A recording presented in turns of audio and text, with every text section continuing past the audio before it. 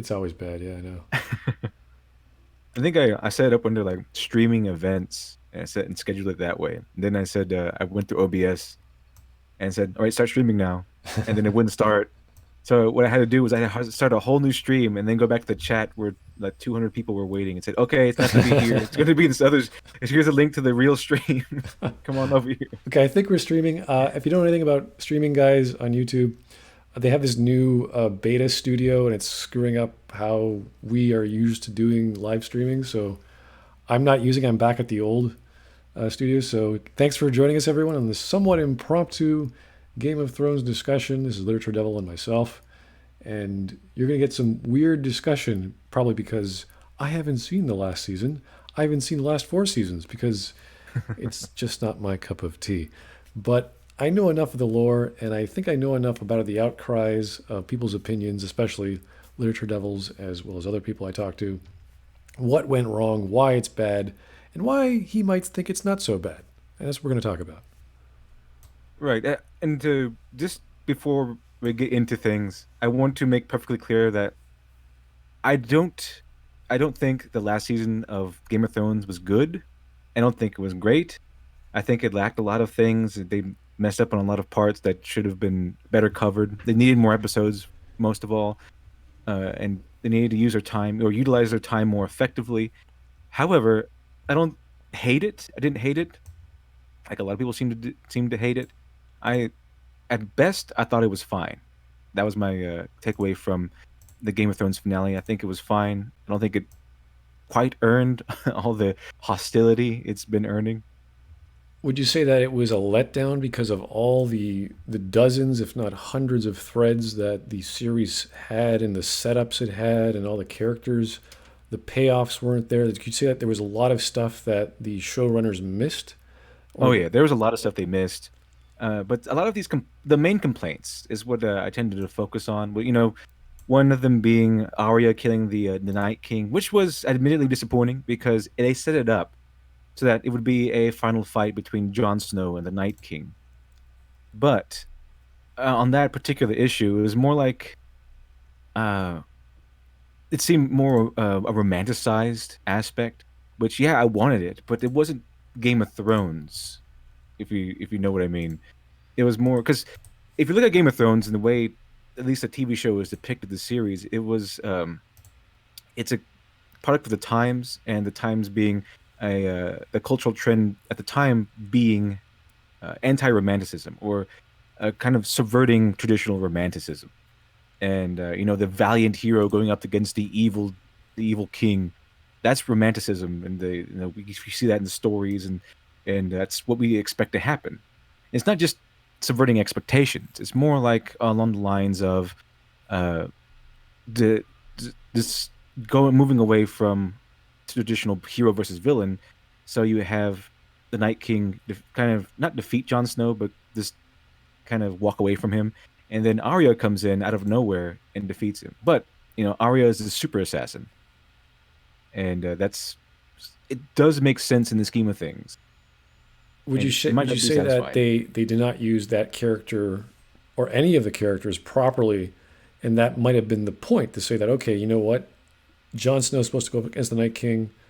Um, Daenerys is not supposed to be crazy, or she's supposed to be a good queen because she Ninth episode, pretty good. like Yeah, the everything life. was setting up so that was built in. Would you say the last season just sort of changed everyone? And it's like, oh, this is not what we were expecting. This is not what this was supposed to happen to these characters. Like Bran just sort of did nothing. Tyrion just sort of did nothing. All these characters just sort of sat on their ass or spun their on their heads. So was that the general vibe? Because I get a lot of feelings that everything was just sort of meh, if not a complete downer, because there was nothing to look forward to. There was no great send off. There was no great triumphant drama. It was just sort of, oh, this is now happening. And where did this come from? Why is this happening now? I thought there was going to be some sort of reconciliation between these characters. I thought there was going to be a denouement that we understand what's going on. And things just sort of happen as if it's like a slice of life event. It's like, oh, yeah, now we're going to go fight a war. Yeah, now we're going to go kill Yeah, these other guys. Like, okay, let's do that. yeah. They seem to have. I mean, they only had like what 6 episodes, and that's probably their own fault that they kind of toned it down a little bit, which really, really affects it, and it moves away from what could have been a great last finale or season finale, not even a good finale, like I've said, but they seem to have they went and concentrated on just a few key characters and a few key points, and so what they did, Jon Snow, and he was supposed to be fighting the Night King. That's what they set it up to be. That's what it seemed like it was going to be, a straight up battle between Jon Snow and the Night King, because that's what's supposed to happen. But I didn't. I mean, I was disappointed that it wasn't Jon Snow versus the Night King, but I understood why that happened because it fits the theme of Game of Thrones with being an anti-romanticist, being against the traditional romantic story archetype. And then you have Arya move in. Now, I think yeah, I've ever seen someone here, Matthew Chirino. Uh, how did she get past all the zombies? Well, Arya, Arya is that quote unquote super assassin, and she trained under all these people. They trained under and you've seen her mentors. You've seen how they work, and they were so uh, superhuman almost. So that's how that little cabal of them work. So what you have with Arya, because she paid her dues, she went through the training, and she learned how to use her skills. And the her getting past all these zombies, because earlier on it shows that the zombies can't detect her. Her footsteps are pretty much completely silent. She knows how to move. She knows how to get past them. And so yeah, she comes in out of nowhere and stabs Night King. That that is that it wasn't great. It wasn't good like everything else in this last season, but it sort of made sense if you stretch it far enough, and because of the skills that the assassins that she trained under gave her. And yeah, it did subvert expectations, and it came in as a kind of like last saving grace because the Night King had won at that moment, and then Arya swoops in with her super assassinness and kills him, and it does make sense if you think about it, Okay, now because would it make sense to use her for everything though? Because she can pretty much walk amongst crowd as someone else, so she can disguise herself completely. No one can guess that, as we've seen yeah, throughout the series. And there were elements in at least the last episode where it's like, okay, she mhm, could just go in to infiltrate the castle as another person, make herself get up to the, was it the Red Keep or whatever they were mhm, housing all the important people, and just pretty much assassinate anyone she wanted, like the queen or yeah. whoever. It was like, why didn't that happen? I was like kind of curious, why didn't that natural event occur? Now that's the same argument I could make for, let's say, the character called Bran, who is essentially what we call him. He has all this knowledge Mhm. of what's going to happen, what has happened, and what is happening. He can connect to people. He can connect to animals. He could do all these wonderful, powerful things. And he's just sitting there, and he's just like, I'm not going to do it. I'm not going to get involved. And I'm thinking, why did this happen? Because usually when you have an element like time travel or the ability to read minds, it's like, okay, you're going to take advantage of that. You're going to exercise, you're going to flex that muscle and show off what you can do. And that didn't happen. And I was like, why would you take that away from the audience? Because they know you got this dude over here who can see the future.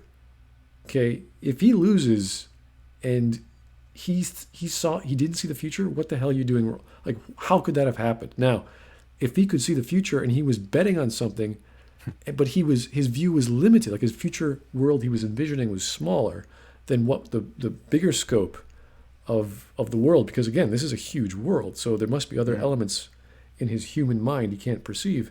Then you'd be like, oh, okay, so even though he had this amazing, extraordinary power, events didn't unfold the way he thought, which would limit his abilities and saying he's not this amazingly powerful dude. He is a limited powerful dude.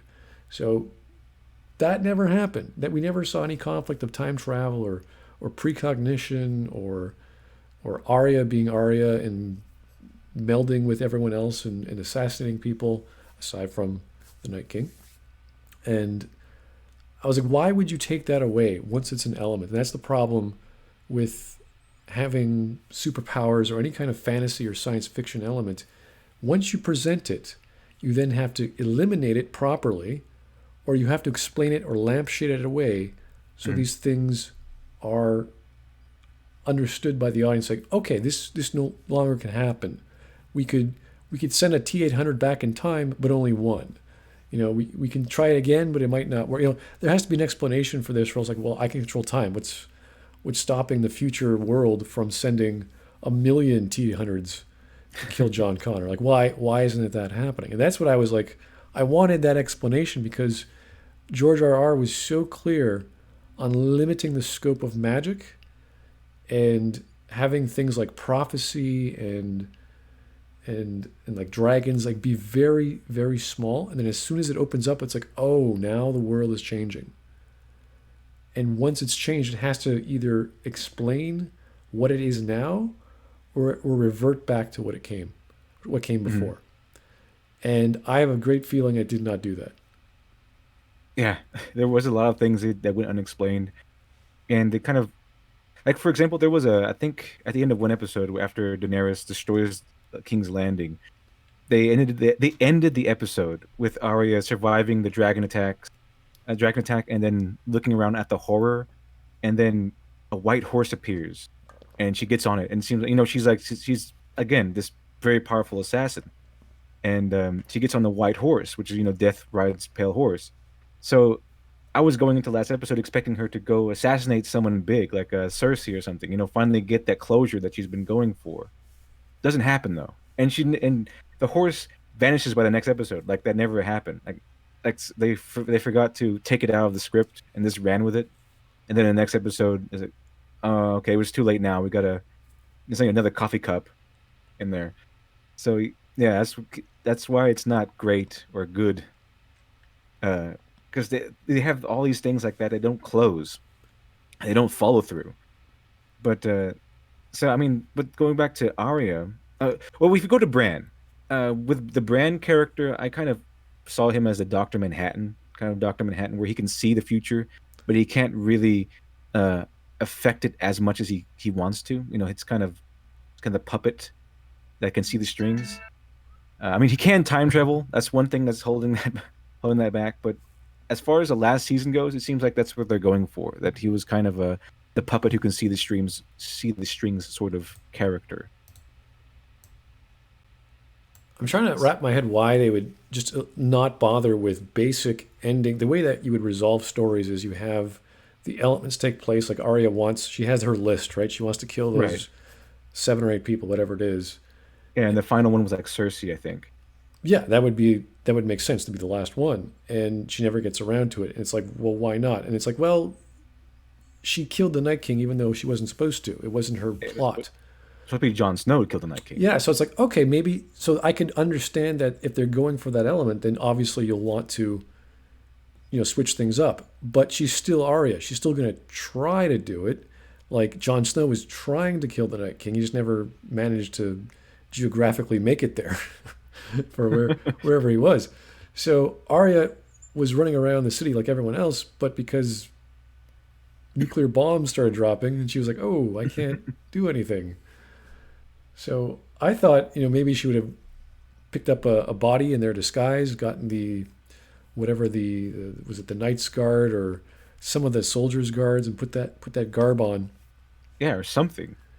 and at least try like get it. She's trying to get to where she has to go. It's a big city, so it's going to take a while.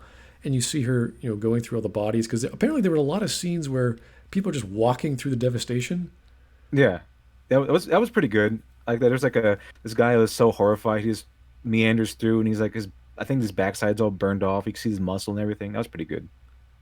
Right. So it shows the devastation of war and Yeah, how deadly this is and why pretty Daenerys can effectively. Daenerys can no longer be the queen because she's so brutal and this is not what we wanted and yada yada. So it's like, great, okay, we get that. But how much of that do we need in comparison to what is actually expected of an ending? And an ending has to resolve plots. It has to say, I'm going to get X because everything has led up to X.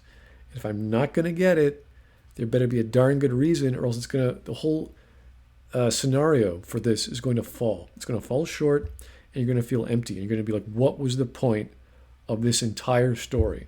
when we have a character as motivated as Arya is, and she's the most crazy, she'll do anything to get revenge, Right. which is a very clear-minded in terms of plots goes. That's pretty pure. It's pretty like, okay, I want this person to die for what they did to me, and that's like great. I mean, that's the scenario of a murder mystery. That's scenario of fighting brothers, best friends, all sorts of scenarios. And they don't show that. They don't have the resolution. You are sitting there in anticipation, and you're going to feel like crap when you don't get it. It's Right. And such. that's one of the things that really holds back this last season is that it's really held back by this new trend of quote unquote subverting expectations as if that's good in and of itself, which it absolutely is not, especially when they do it like this. Like they did in Game of Thrones, they do that. You see that in Star Wars. It's kind of like their banner, subvert expectation. Well, But it I doesn't think I really think there's work. another issue entire. I think the problems with that is one person's view and being free to do whatever they want with not enough criticism, not enough Mhm. editors, not enough people to say, hey, maybe you should stop and think. Whereas I think Game of Thrones was, I think it was a more closed set, and people sitting there were like, okay, well, we only have 6 episodes. What can we do? And we have all these characters and all these scenarios, and the showrunner saying, no, we can't do that. That's too much time, or this is going to take too long, or whatever. But that's what they wanted. They wanted to have the 6 2-hour episodes. So, Right. like, to me, Have no that idea means why. they've planned it out. So they You knew would think. exactly what they wanted. You would think they would plan it out. Well, that's the problem. If you're going from adaptation to now saying, oh, we now have. When did the last book finish? Was it season 6? Where they had I to. think it was around there. I think it was around there, about season 6 or so, I maybe wish I knew 7. because the last book came out in what, 2010 or. Yeah, it was a long time ago. Right. So, it's just, what.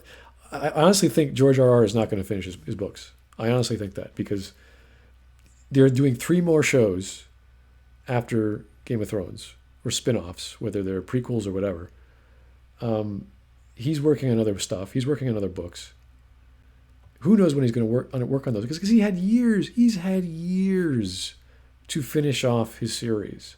And now the argument is, okay, if he has years, then people are going to really get pissed off if the books don't, or the show doesn't follow his last book, Yeah. which is understandable, but it's its own beast. Remember, Game of Thrones was the first book. It was the whole part of Westeros, or the main King's Landing scenario. Everyone's fighting for the crown. Now that's still prevalent throughout the rest of the kingdoms, the rest of the lords, but it's not the focus. So for some reason, the showrunners thought, okay, we have to make this all about the crown, and then that became the focus for whatever season 6 showed. And when you see season 6 come by, I haven't seen it, but from clips and from people talking, all the interesting characters are either dead, about to die, or useless.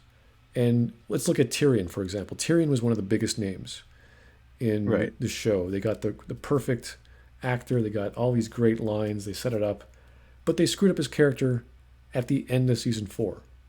And if you don't know what happened at the end of season 4, it's the death of Tywin and Hmm. the helping of Jamie, getting him out of the castle, and getting him out to Bravos, or wherever he had to go. I can't remember exactly.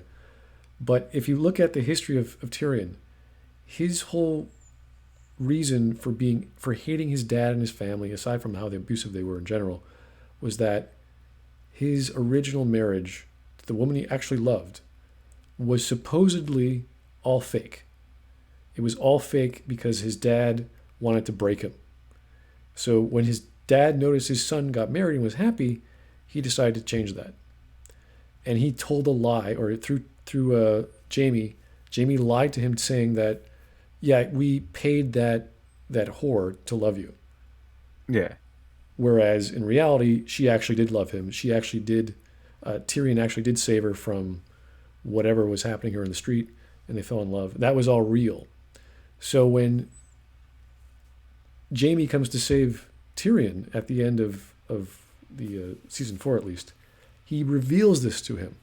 He says, "Listen, that you did actually fall in love. She was your wife, and she did love you, and then Tywin came and lied to you so that we could break you and all that stuff." And he reveals that because Jaime was the only guy who treated Tyrion with respect and love and cared for him. If it wasn't for him, he wouldn't have survived being a baby and a child because they were abusing him the entire time. So for this to happen, Tyrion was completely enraged. He was completely angry at what happened in his entire family. So it changes the dynamic. It changes all the reasoning of why he killed Tywin, why I can't remember the other whore he was with at the time, and the reason why he killed Tywin was like you don't say the word whore, and then he kills her, and it's just like what are you doing? I thought you loved her, but something was off about that scene. As good as an ending it was, very dramatic. As good as it was, something made me go, wait a second. This, like, you can tell when a good writer writes, and you can tell when a writer takes a good idea and doesn't know what to do with it. Right. And that was a perfect example. And that's when I stopped, because as soon as you kill Tywin, the show for me is gone. Now maybe that's what happens in the books, of course. So, but that was really my appeal, was the Tywin character, and I loved Peter Baelish, and I loved all the politicking. All that was fantastic. And once you start getting rid of those characters, once you get rid of all the politics, and now it's just good guy, bad guy, the show is no longer what it's supposed to be. Yeah, because the heart of Game of Thrones was all the moral ambiguity and the politicking, because it's called Game of Thrones. It's what's supposed to be about people maneuvering and making deals in order to get to the top, get to the Iron Throne. And before the last episode aired, I was like, okay, at this point, I'm pretty sure someone is going to come in, some soy boy writer is going to come in and destroy the Iron Throne, because that, destroying Tyrion or whatever, which was one of the things I didn't like. I knew it was going to happen. I was pretty sure it was going to happen. And then it did happen. The dragon, out of nowhere, decides to, because, I don't know, do you hear about the spoiler where what happened in the last episode? I heard But, that the dragon melts the Iron Throne. yes, the dragon does melt the Iron Throne for some reason. Yeah, it just, why would he, like, what does a dragon care about a hunk of metal? I don't know. Does he know about, like, is he also a politician? I thought it was going to be destroyed, but I didn't know it was going to be destroyed by the dragon. And at that moment, because it made no sense. It's just like a symbolic gesture that happens, kind of like in a movie where an actor kind of alludes to a past movie he's been in, and it doesn't really fit with anything else other than to have the actor allude to the past movie he's been in, just to say, "Hi, I'm that same actor." It was kind of like that. It's kind of like a meta sort of thing that happens, that it wouldn't happen logically, but would happen for the sake of symbolism. And so the dragon just melts the throne other than kill Jon Snow in that moment, which would probably make the most sense for the dragon to do at the moment that happens. And it's moments like those that really, really hurt the final point of the last season. I mean, it could have been so much better, but unfortunately it wasn't. They had Jon Snow do his thing, and they had Arya do her thing, but the the one of the most tragic things that happens, and not tragic as in sad, but tragic as in the writing factor, is that they kill Jaime and Cersei with rocks fall, everyone dies. Literally, rocks fall, everyone dies. There's no final confrontation with anyone. They're just under there's below ground where that big dragon skull is, and rocks fall on them and they die. But the bodies are fine because Tyrion finds them later, and they're not bruised up or anything like that. They look like they're sleeping. They're not bruised up. Yeah, they look like they got knocked out or something. They got a concussion. They just died of starvation. Who knows? Yeah, Tyrion should have tried waking them up, I guess.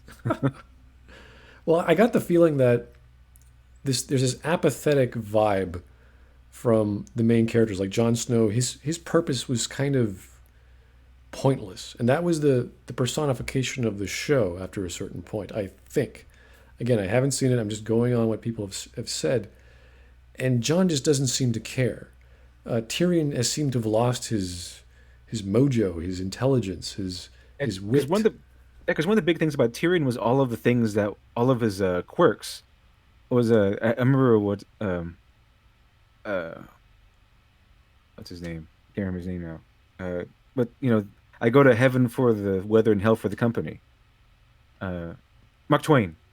Mark Twain.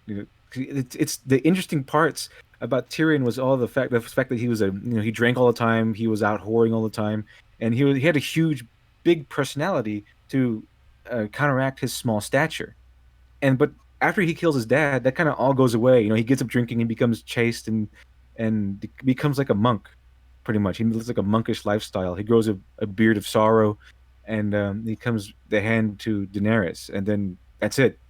He kind of loses his balls pretty much, and then from then on, it's a complete change because after he joins Daenerys, everything he does is wrong. Like every decision he makes blows up in their face, and I don't think he makes one positive move from then on. And that's completely the opposite of what happens when he became Hand of the King, when Tywin made him the Hand of the King, and he was just maneuvering left and right, and he was beating like all these experts at the game with very little effort, and he was winning the Game of Thrones essentially, even though he didn't want the throne. He was winning the politics part of King's Landing. He was tricking tricksters. He was outsmarting people who outsmarted people for a living. So you would think he'd do a good job if he became the actual Hand of the King, but then when he actually got the position under Daenerys, kind of failed 100% of the time. Yeah, and the original position was a temporary one that Tywin gave to him because Tywin was busy waging war elsewhere.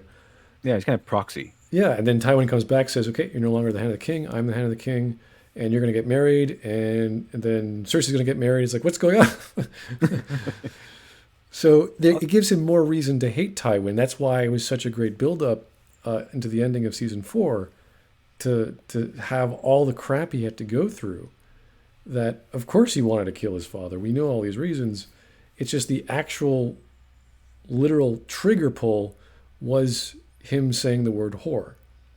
Yeah, And that's what sort of like I couldn't wrap around my head, all because he thought her as a whore as well.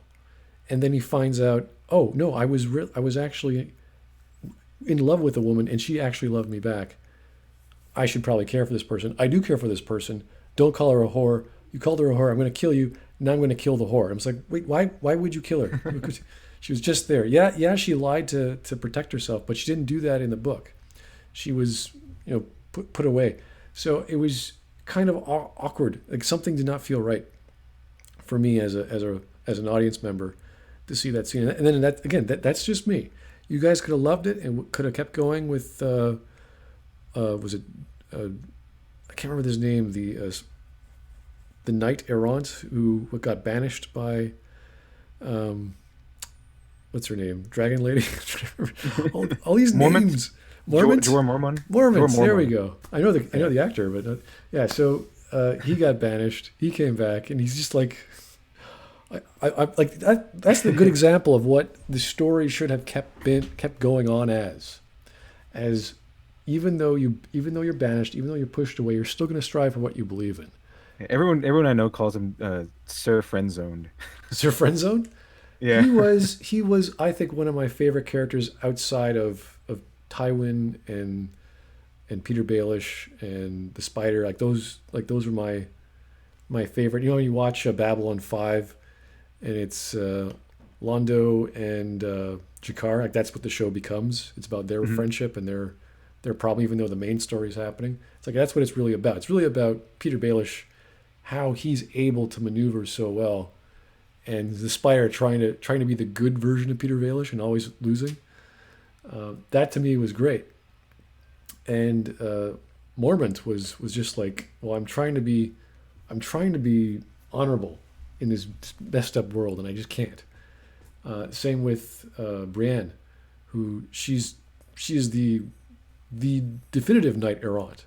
She wants to be honorable. She is honorable, and she's trying to do her mission, and it keeps getting screwed up. And but she keeps trying. Like those are the characters we root for, as opposed to Aria, which just goes a downward spiral into what are you doing? Why aren't you doing anything? How does this all work? Where's your motivation to hunt your character? Like the resolution she had with the Hound was great. Right. She she wants him dead. He's on her list, but she's like, I'm going to kill you, but I don't have to anymore. You're already dead. I left you to die, and to me, you're already gone. So it's like, oh, okay, it doesn't physically have to happen, and we see him as a character no longer be the Hound, and he's a farmer or whatever, and he comes back, and you're like, what are you doing? What are you coming back for? Like these little things that don't make sense. That it just drives me up the wall. Saying, why would you have the character be resolved, be finished, be done, and then you bring him back for whatever Yeah, reason? it made sense for him to die at the edge with the side of the cliff or mountain or whatever. And then I was personally happy, selfishly happy because I really like the Hound. He's one of my favorite characters in Game of Thrones. I really like the Hound. But yeah, he should have died there, according to what the writing dictates, because that's a resolution. Okay, that's one off of Arya's list. But I don't think really she really ever gets to write.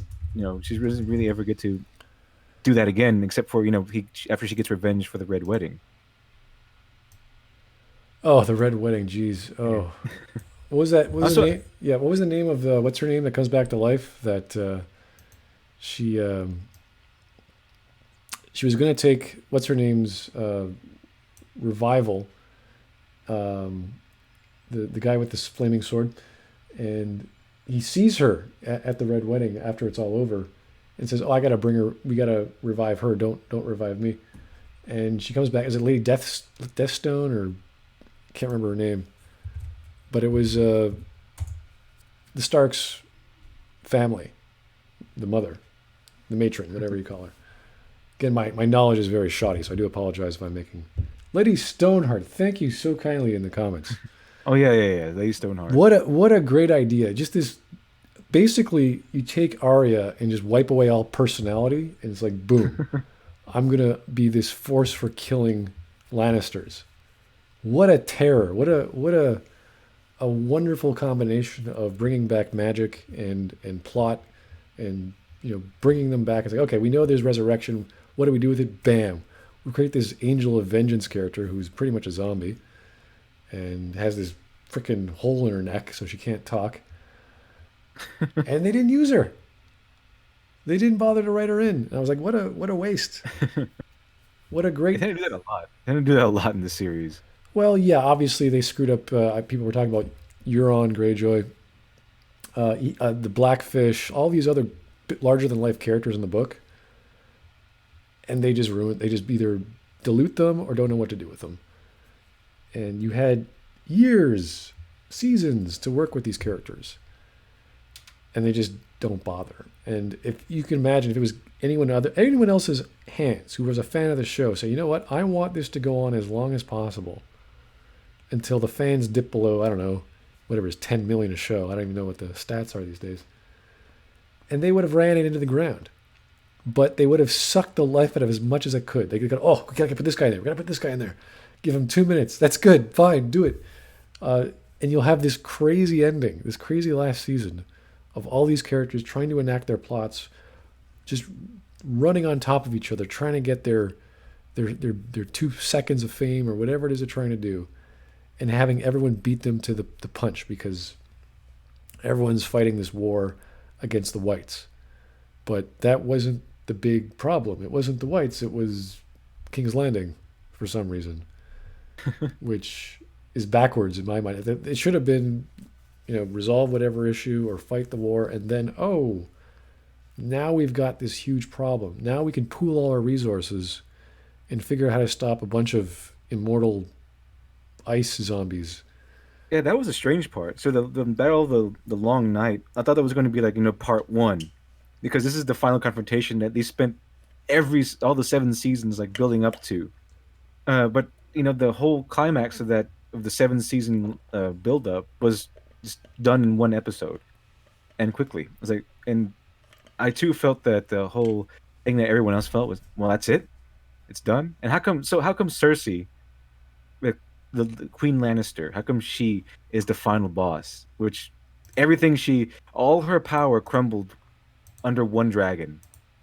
When the Night King and all of his hordes, one dragon, all right, that's pretty easy. He can kill a dragon with a spear, and then raise it up to command it on his own. The undead army was clearly the much bigger threat, but that's not where they wanted to end it. Apparently, they want to end it with Queen Cersei and the normal people in King's Landing. Yeah, I think we could all agree that even the small videos I was seeing of the fight at the Stark Stronghold was a joke. Like it was just bad. It was badly shot. It was bad lighting. The strategies were absolutely ridiculous. I'm not sure if I didn't really actually any see any strategy. I mean, they had a couple of things, but it seems like it was more that okay, everyone rush in and attack. Everyone rush in and attack. That's all we got. Because like that Jon Snow strategy is to make a plan and then boil it down to okay, everyone just engage in open combat. There are a few clever things here and there, but mainly it's engage in open combat with the endless hordes of the undead, and that also makes the next episode not really make sense. When Daenerys gains power, because they shows like all her Dothraki, they have all their entire forces, like all their forces gathered to fight the Night King, and they lose pretty much like all of them. It shows like, the whole land is covered in dead Dothraki and dead Unsullied and all the dead soldiers. And then when Daenerys comes back, I mean, gains power, she still has hordes and hordes and hordes of Dothraki and Unsullied. And I'm like, what? Did she just build new barracks and train new people? What's going on? How come she has all these people still left? Where were they?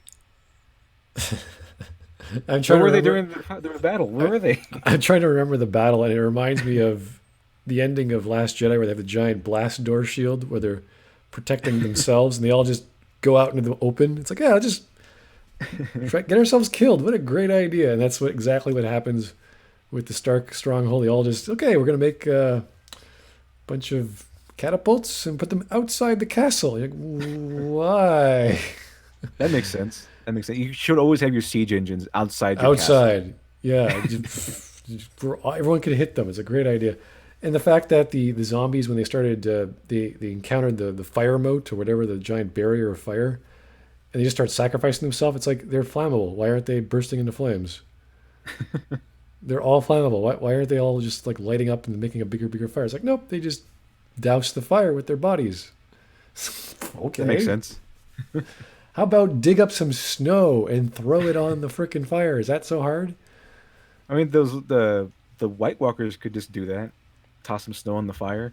Yeah, they just I guess stand there for like, just below them, I guess. I don't know. I didn't understand half of what was going on. Again, I didn't watch the show. I saw clips of people analyzing it, and it just looked stupid. What I could see, most of it was dark, and then the other quarter of it was some sort of survival horror cutscene in a library somewhere. I was like, what happened to the action? There's a war going on outside. It's like, listen, quiet. Okay, everyone be quiet. We're And hiding they from. really drew back on the dialogue. They really drew back on the dialogue. The dialogue was one of the another cornerstones of Game of Thrones.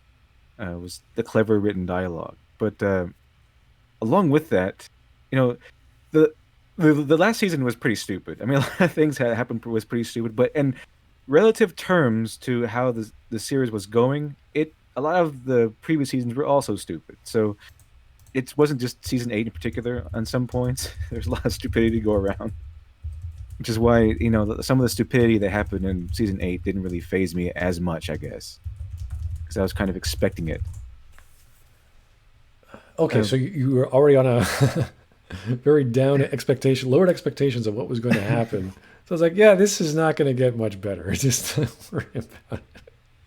and in the end of in the end of Game of Thrones, it's exactly what I think is going to happen. Where Daenerys is going to become like the queen of the White Walkers if they continue the series, because See, the dragon carriers are off in the end, and you don't know where they go, and it doesn't resolve that point. He's just gone.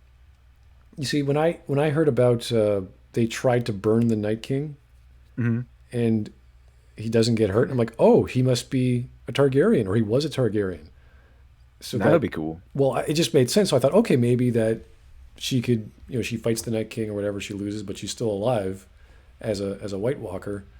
But now she's like on equal terms with this this Night King dude, and she ends up killing him, and he's all the destroy male power or whatever. Now she's in charge, and she has ice dragons or whatever nonsense.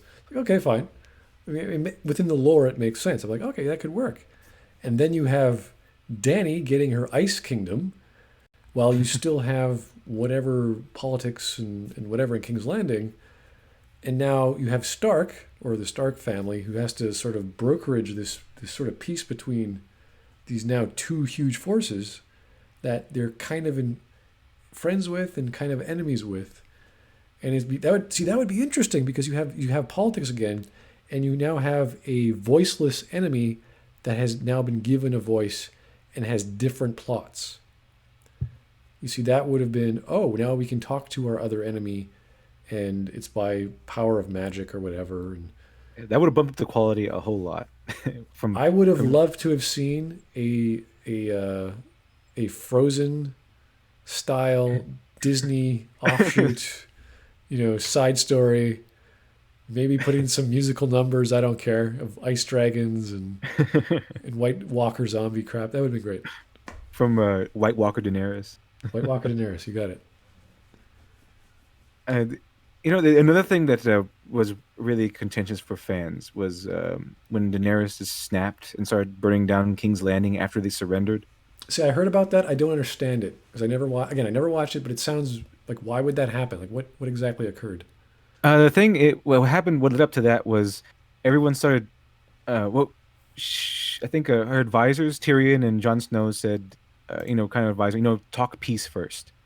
But by that time, Cersei had captured what's her name, the right hand, her right hand, her friend, her slave friend, the one that she freed. I forgot what her name was, but the one that's in love with the leader of the Oh, Unsullied. right. Okay. Yeah. So Cersei had captured her during some, I forgot when, but she was captured, and then when they went to go broker peace, they say Cersei says, "Okay, go away, or I'll kill her." And of course, they didn't make peace. Jon Snow was supposed to barter peace, but he wasn't going to give up. He didn't comply to Cersei's terms, so they immediately murdered her, and then that, according to the writing, put Daenerys into an emotional uh, quagmire. So her emotions were knocked off kilter. And then there's the fact that Jon Snow revealed to Daenerys that he is actually a Targaryen, and that meant that he is the rightful heir to the Iron Throne, and that would get in the way of Daenerys's whole thing that she's been doing for these past 7 seasons, which was trying to claim the Iron Throne for herself. So that also put that into play. Also, she loves Jon Snow, so that's a conflict of interest there. That she has a rival, a new powerful rival in Jon Snow. He's loyal to her and will, bend the knee to her, but it doesn't change the fact that if the truth gets out, he will be elevated to the throne instead of her, and her all this effort that she's put into the last 7 seasons would go to waste. And so her emotions are being brutalized for the last last episode or so, and then it all comes to the climax with her friend being murdered by the hands of Cersei. And but she does. And so when she is on the dragon, she starts using it, and then the town immediately surrenders because for some reason the unbeatable Iron Fleet is easily conquered. Some reason the Iron Fleet now cannot hit a dragon to save their lives with those scorpions on their ships. It's impossible. They just can't do it. They can't hit a dragon anymore. They could pinpoint a dragon flying through the sky from a long ways away and kill one in one hit. But now that the dragon is soaring straight for them, now they have like stormtrooper aim. So Daenerys' dragon manages to help defeat the Iron Fleet unharmed, and she basically is pretty much invincible on that dragon during the last episode. So, Uh, so it's a eh, combination of her friend dying, Jon Snow complication, losing the yeah, two dragons.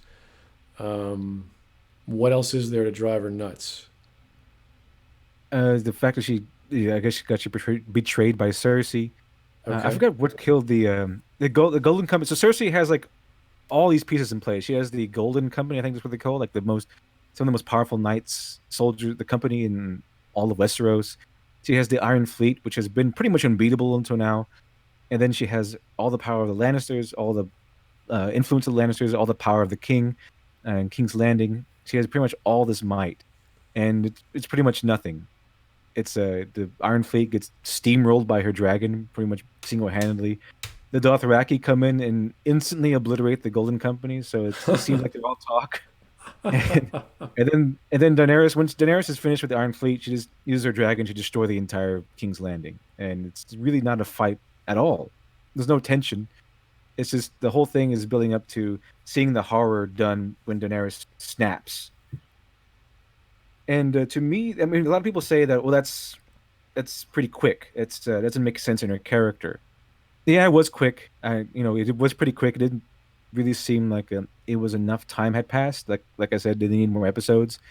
But to me, it sort of made sense because if you take a look at what happened with Daenerys, she has always been pretty emotional. Sometimes she lets her emotions get the better of her, and that's when people like Jorah Mormont and Tyrion kind of like talk her down from being me more brutal. And you also have to understand that, yeah, we're looking at from a Western point of view, where in the West we have the morality of freedom. So yeah, what she's doing seems to be moral. Like, yeah, okay, we're going in. She's liberating all these cities, and she's taking all the slavers and she's brutalizing them like they brutalized the slaves. So she's like, she like crucifies them or something.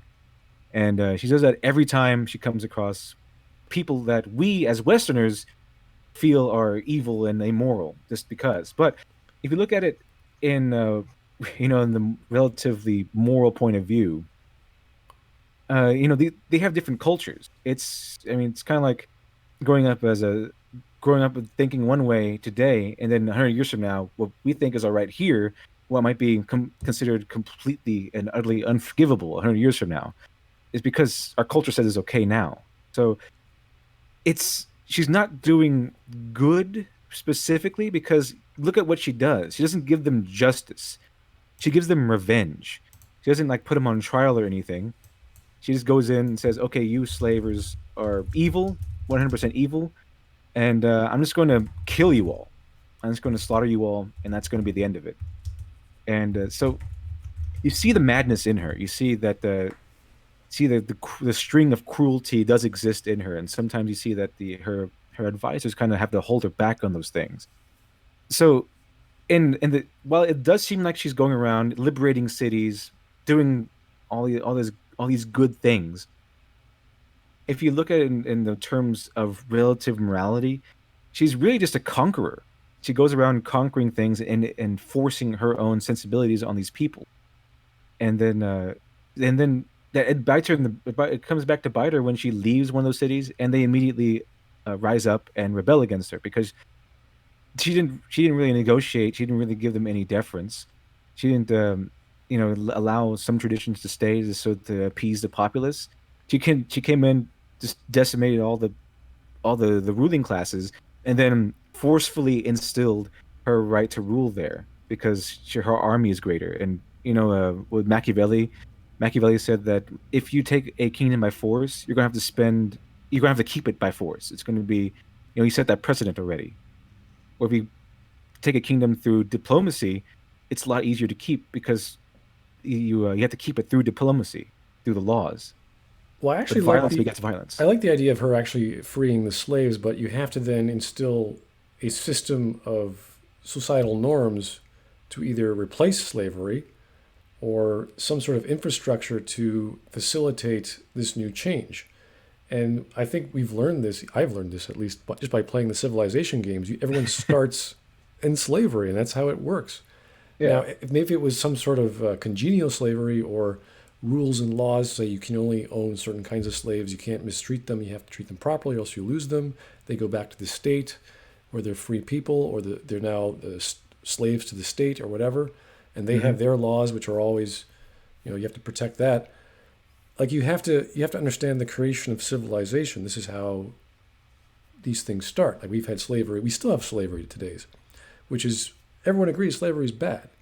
But when you're talking about literally nothing and then making a village and owning property and owning things, it's like, okay, how am I going to get work done? How am I going to accomplish keeping people fed and hungry?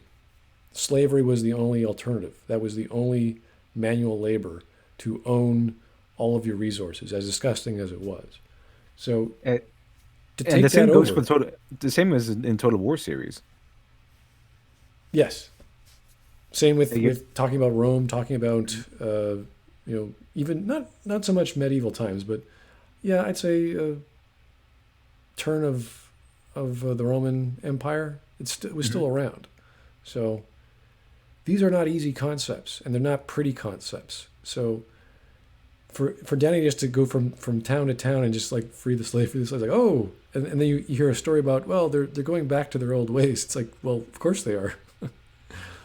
You can't just kill everyone and have the slaves become Yeah, the masters. They're going to become masters themselves. yeah. You're not really changing anything. Daenerys was always good at being quote unquote virtuous and virtual signaling, but she doesn't really have any. At least she didn't display any gifts for actually, mediating and ruling specifically. She's good at conquering. She's good at grand gestures, but she's not really good at the day-to-day responsibilities of being a ruler. See, that's what I would have liked to have seen with Tyrion, because he has the understanding and knowledge that she doesn't. She has the virtue, she has all the means to do so, but he's like, whoa, whoa, whoa, okay, you just blew away the political power of like four cities. What are you going to do about it? How are you going to fix that? Like, you have to plan it out. So I guess that's sort of an analogy between what's happening with America's war on terror, or not war on terror, but it's uh, what do you call the regime change understanding? Uh, Yeah, there's huge regime changes, but nothing to help back them up. Just okay, it's switched now, and the idea is to allow them all to just fall in line and adapt that line of thinking, but that's an impossibility. right. So that's a fascinating concept to play with. Now, I wouldn't say the show really explored that as much as it could have when she Uh, was the, off the in the show's Bravos. writing so disappointed me. I wasn't really expecting to touch on something that complicated. It could have, and she had plenty of time being in that other isle across the ocean to bother. Well, it could have if they kept the same writing quality as the first couple of seasons, but kind of after it degraded somewhat as the seasons went on, I think even if they did try, they would mess it up pretty badly. See, what I've liked to have seen, if it wasn't just her becoming a night queen or what have you, was that they come to the conclusion that, okay, we can't keep doing this vying for power thing. And because Dany wanted to get rid of the Iron Throne, she wanted to destroy the wheel. She wanted Hmm. to sit at the top, but ultimately she just doesn't want all this crazy killing to keep happening. And she's now the supreme power because of her dragons and her armies. And she sits down with Jon Snow and whoever is at King's Landing and says, "Listen, we're going to figure this out. We are going to broker peace, and we're going to be good about it."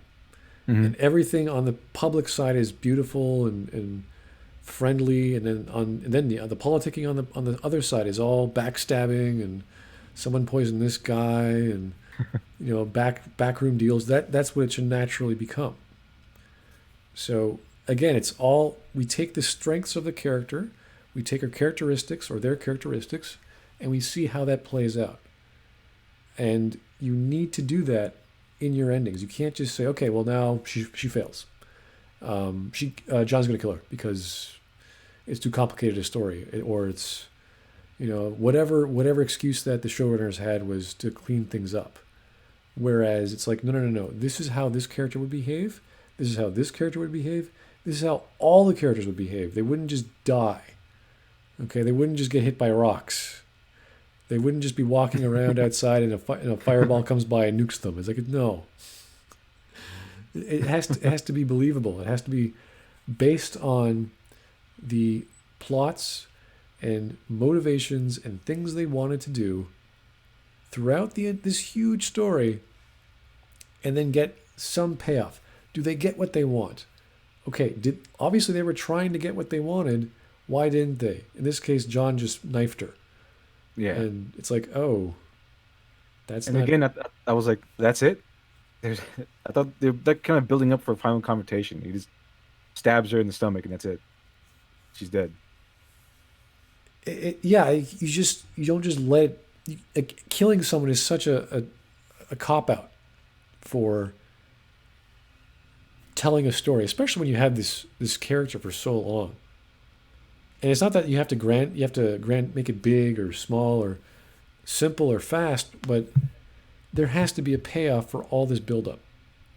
And if the buildup is, oh, you're a bad person now because whatever, again, I don't know the reasons, but from what I heard, it wasn't that a good payoff. It wasn't that good explanation, and that's where the details really matter of a story. Why these things happen? What was going through their heads?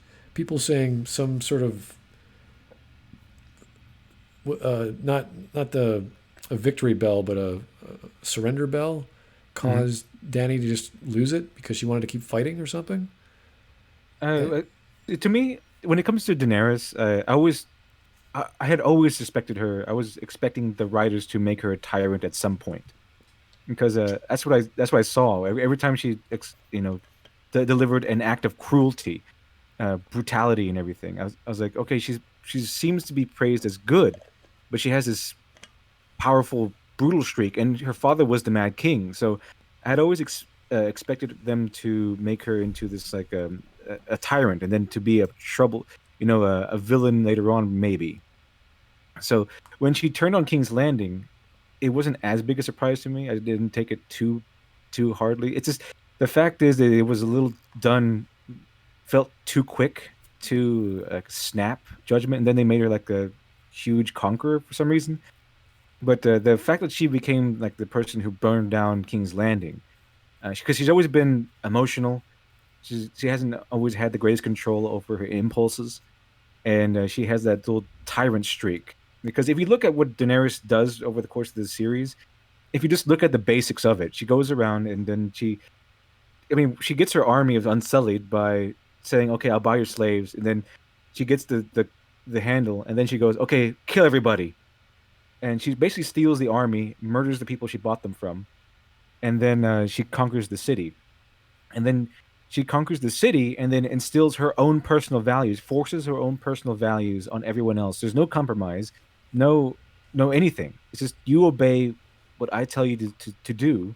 You do what I say, and if you disagree with me, you die. And that's it. And then she moves on from city to city just like that. I mean, if you take the base pieces of that, imagine another conqueror who goes in, conquers a city, and then instills their values on that city without respect to the city's traditions at all, or the populace, or the ruling class, or anything like that, and then continues going over there, over to from place to place, exactly the same as they do that. Uh, so it's basically moved from city, instill your values and your culture, and anyone who else who disobeys your values and culture, they end up dead. Put them to the sword, you torture them to death, what have you. And Daenerys likes burning people to death, so that's even worse. And so to me, Daenerys has always been like a conqueror clothed in in good, like she's clothed in morality, hiding behind the quote unquote good things that she's done. And she seems good to us because she's killing people we personally think are bad, like slavers and merchants and greedy merchants and things like that. And so she seems like the good guy, but there's to me there's always that vibe of she's a conqueror, she's a ruthless tyrant, and it's hidden behind the fact that she kills people that we personally dislike or see as immoral. And that's why to me it didn't seem like such a big stretch for her to become like this person who burns down a city. The problem was the setup and how she got there was not Right. as clear and built up as much as it could have been. Right. It could have been way better. I would have expected her to be a tyrant, but it was just it didn't feel exactly done right. Like when she did it, I wasn't surprised, but it didn't feel like it was the time. It came feel kind of snap, kind of out of nowhere. And it could that her turning to a tyrant was expected by me, and it could have been great. It could have been a great emotional moment, but they mess it up, and it just turned out to be fine, I guess. I'm trying to remember all the various other characters that the show killed off or were part of her influence. I'm trying to remember the name of the knight who was cast out of the King's Landing for whatever dumb reason that Joffrey came up with, and he ended up being Longbeard or some dude in a hood. Like that was one of the greatest swordsmen of Westeros, and he ended up deciding to go back to the Lannisters, so he went across Oh the yeah, yeah, yeah. yeah, like Yeah, I they think he joined the I think he joined the other side too eventually. right, and but he was this mysterious sort of old guy. And he doesn't reveal himself later in the books, and in the show they kill him off because he was up against 8 guys or something in a slightly crowded hallway, and you're like, this guy could have taken Yeah. on an army. He was blathering on how he could have cut everyone up like cake in the king's court, and it was like, this guy's amazing. He's one of those amazing fighters, wise beyond his years. He was helping out Dany when she was getting started, and they kill him off. And you're like, why? See, if you take away her advisors who are keeping her sane and keeping her grounded, then you can say, okay, yeah, this is going to make sense. She's going to become a tyrant later on because she's so sad, and she's lost all the intelligence and moral support that she needs. But it wasn't clearly showcased as that this is her tipping point. This is her, falling from grace. It's never explained. Again, I haven't seen it, but from what I've heard, it does not sound like it. So to get rid of all these big names like Baelish, like Roose Bolton was freaky. Like his style of governance was just like he believed in peace, but when people are quiet, so if they're quiet and everything's great, and that's the philosophy he had. But he applied it so strictly. I mean, he would leech himself so he was free of emotions. He would do everything complicated or everything very cleanly, and he was brutal. He was brutal to his enemies. So he's kind of like the next step up, what Peter Baelish might eventually become. Whereas Baelish was sort of like trying to make everyone happy and bring money out of thin air and just get people to do what he wanted without directly telling them. Kind of Right. the Iago of Yeah. Powerful manipulator. yeah, behind the scenes. And That's what a powerful manipulator does. Just that's what pull you strings. should have. That's what the Game of Thrones. That's what this whole story should have been. Tyrion, Peter Baelish, the Spider, Roose Bolton, and whatever the heck kind of plan Dany was going to bring whenever she got here. Not, here's my giant army, I'm going to steamroll you all. It's, I have thousands of spies who are loyal to House Lannister. I'm going to chill out in the north with Johnny, and we're going to have a great time. And we might burn some White Walkers while we're at it with my gigantic dragons, because nothing poses a threat to me. Once the word of Targaryen blood has spread, then it'll become this natural occurring force that's politically powered, not with powered by dragons. Because as soon as you start throwing like mega weapons or things that just decimate people, you can't have a story. The argument is like, why don't you just use your big nuke and just crush everyone? That's always the number one question. And it's Basically, just, what happens in the last episode, when they fight King's Landing, the dragon is a super weapon. It's unstoppable, and it just destroys everything. yeah, and once you do that, you take away all the aside from the obvious political elements, but the strategic elements. And that is what we watched, or at least why I watched the show. That's why I like the characters. It's Hmm. because of Tyrion's mind. I mean, he came up with all these plots. He came up with all these strategies. Even though he wasn't a great fighter, he knew how to defend King's Landing from Stannis. He could deal with all the court, with all the people in it, even the queen. Not very well, because she had that crazy trigger finger to just start killing people. But that's the beauty of it. It was this deadly sort of game you played, and he was being able to maneuver it in some capacity for just being a Lannister and being smart about it. That's why I like Game of Thrones because of the political maneuvering. I didn't really watch it for the swordsmen and the battles and everything. It was kind of like the I want to watch the politics that lead up to the battles. So that's why I watched it. It's like all the politics, the secrets and the backstabbings and all all the ambiguous characters. You have no idea what their true motivations are. So you have no idea who to trust, where to turn. You could feel the unsettling atmosphere the same way that the good, righteous man of Eddard Stark, for example, was feeling. Nowhere to turn. The only thing you can rely on are your own sense of duty and your own sense of morals.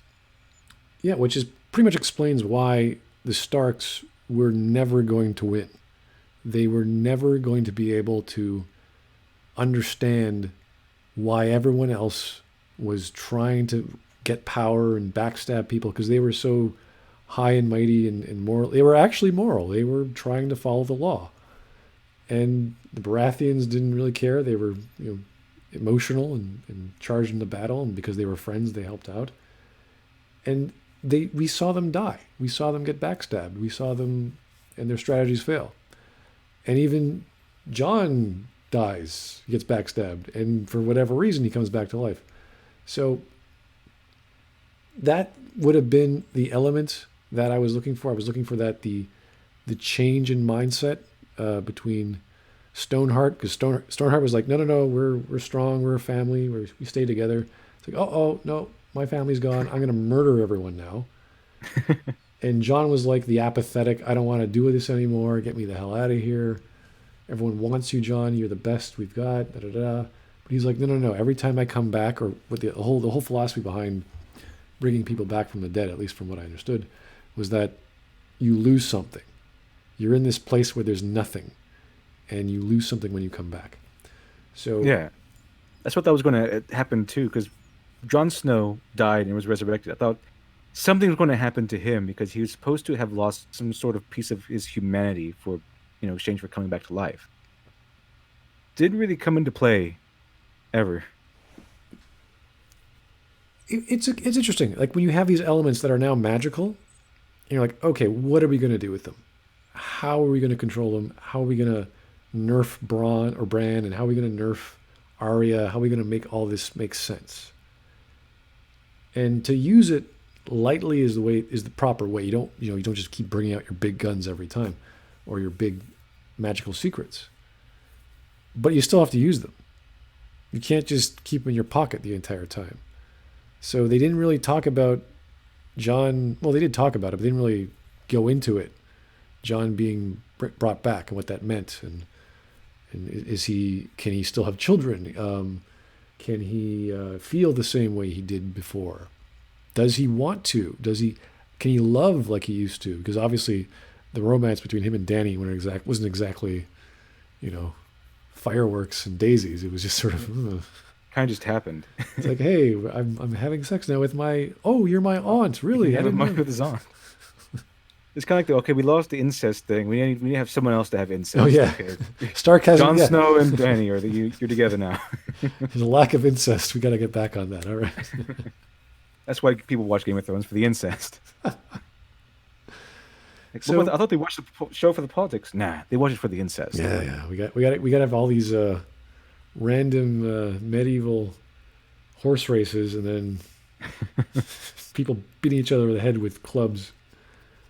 And while you're at it, throw some nudity, throw some decapitations, and yeah, throw a dragon. Why not? It's a magical place. It's supposed to be medieval coolness. Just throw everything in there. On top of everything, how did Cersei become queen?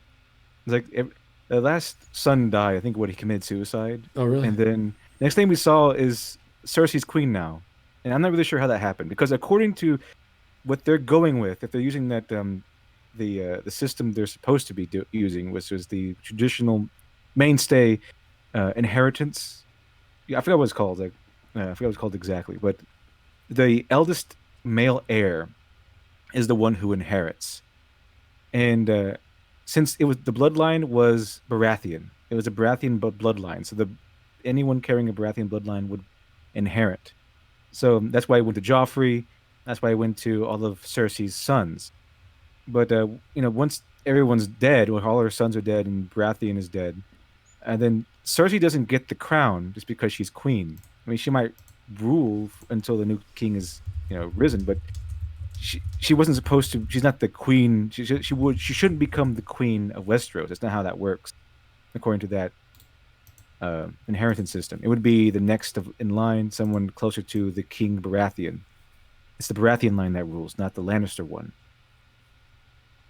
One thing that always made me confused was the song, not the songs, but the stories, the prophecies, the what who is the Lord of Light, all the gods and all this stuff, which was interesting because they talk about the new gods and the old ones, and what was happening with Cersei and her. She had a prophecy that would she asked for, and it was slowly coming true.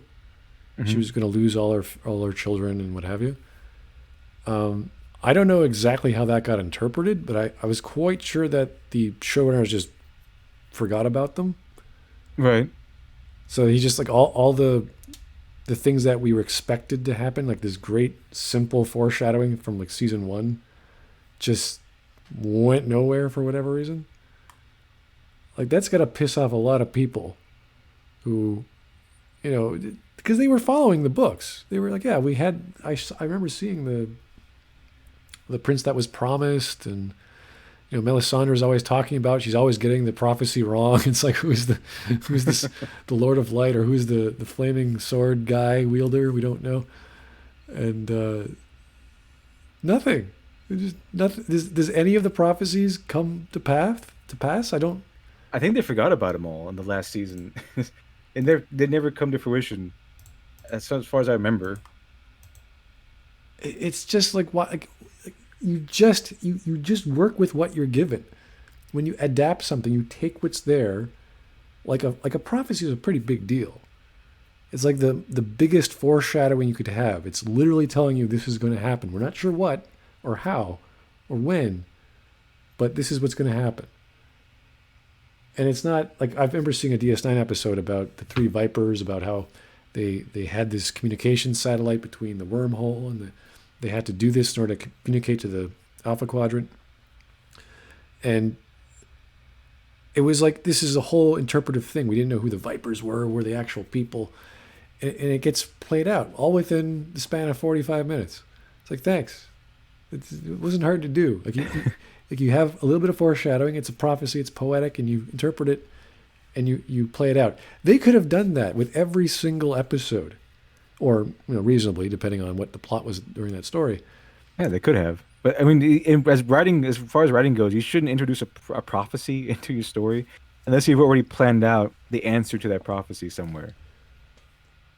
Oh yeah, that's fine, but it was announced. It's kind of like the any other setup in any other story, like with Mass Effect, the dark matter, all these rumors of dark matter. What's it all mean? Why are the stars going dark? Well, no, we don't know. Never related to anything. Didn't matter. Nope. It's That sad. seems to be the same way in the Game of Thrones. A lot of these, they made a whole big thing about some of these prophecies, and they never had their payoff.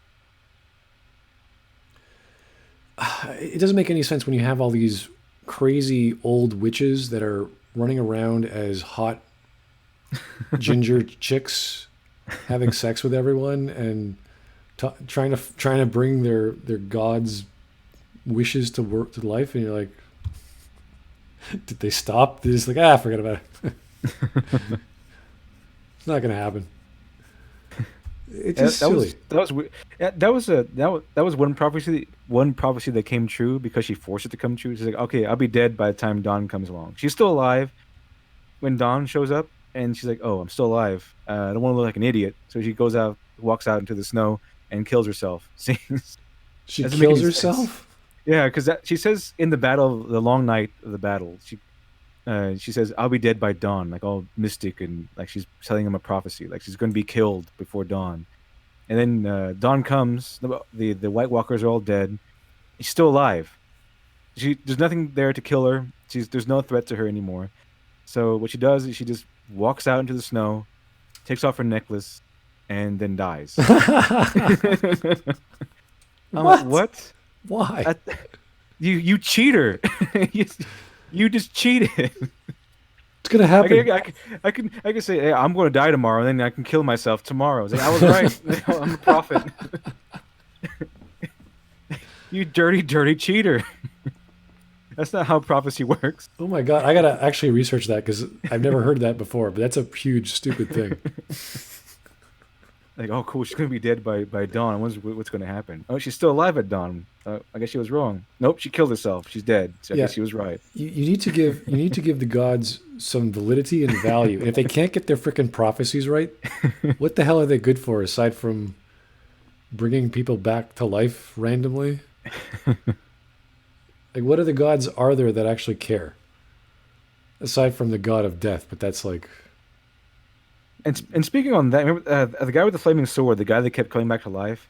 He helped. I believe he helped Arya escape the room full of undead because she was eventually caught after a while, and then he dies there, and like he does a lot of times. But then they don't bring him back to life because all of a sudden now his purpose was fulfilled. So his entire life, him coming back from the dead countless times, was apparently all meant to save Arya from a room full of zombies.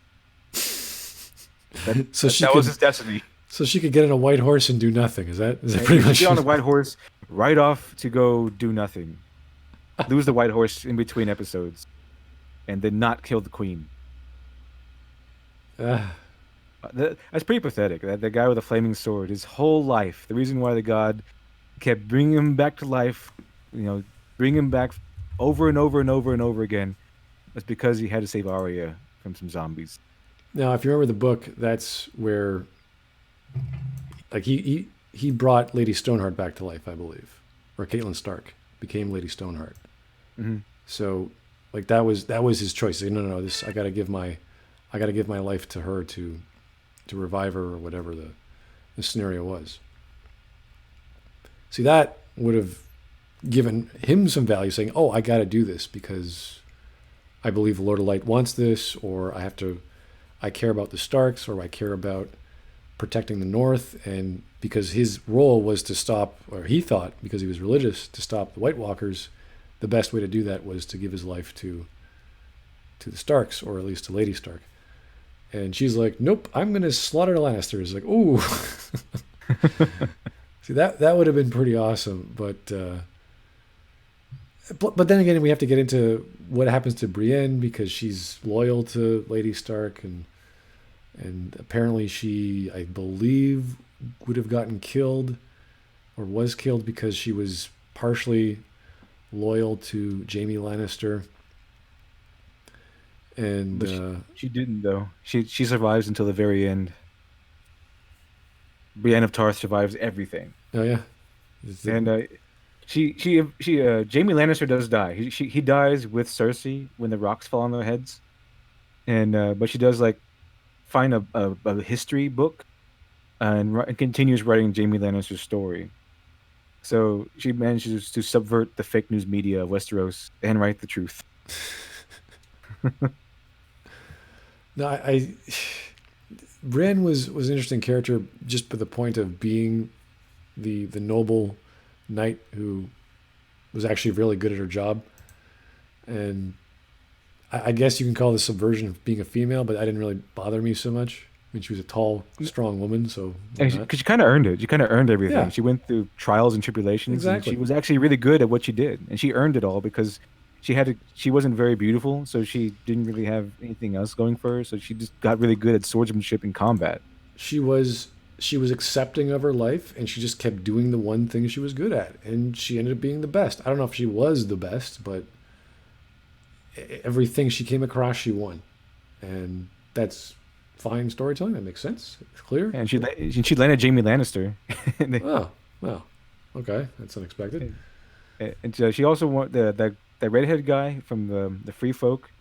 He wanted to get with her too. She became very charismatic in the end because of how good she was at everything and how noble she was. So she made up for the story's mentioning of her lack of beauty. All right, just being awesome. so they didn't completely ruin every character. That's good to know. No, Brienne of Tarth was pretty awesome up to the end. I think everyone sucked at the end, right? Everything was just bleh.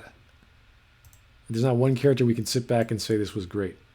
Yeah, I mean, everyone was damaged and ruined at some point. Maybe not even before season 8. Like Tyrion, everything you love about Tyrion was kind of ruined by the time we came around to season 8. His Even his sharp mind was pretty dull at that point because he didn't make one good decision. The only thing he did good at the end was deliver a speech towards the lords of Westeros, which had some pretty good lines, but that's the last really good thing he did. And I think he did also become the hand of the king, but we didn't see him govern really. We just got to see what's his name, Sam, I think the Tully, Samuel Tully, I think that's what his name was. The fat one who wanted to become a maester. Right. He does become a maester. He is on the king's council for whatever reason, and he also has a family, and he's also the lord of his house. I'm not sure how that works. Wasn't he? Did he take the black? So did he get removed from that service, or I have no idea what's going on with Sam. I'm not really sure because there's no more guard. There's no more guard really, and he becomes a maester, and everyone Daenerys kills his family, so he's now lord of his house, and he now sits on the king's council.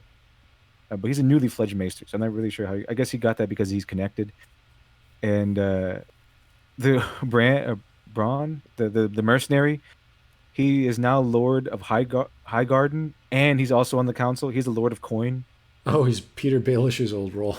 Yeah, the mercenary, the money hungry mercenary is now Lord of Coin, and I That's not forgot going the to other go one. well. Holy crap! Yeah, that's exactly what I thought.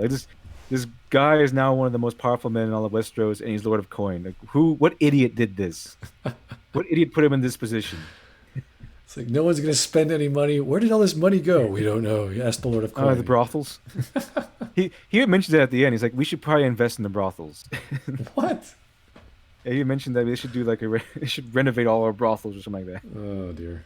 Just something to that effect. And they're also missing a a member. I forgot which one it was. I think it was a lawkeeper or something. And so Westeros is pretty, it's not looking too good. They got Tyrion, the guy who failed at every step, being the hand of King Daenerys.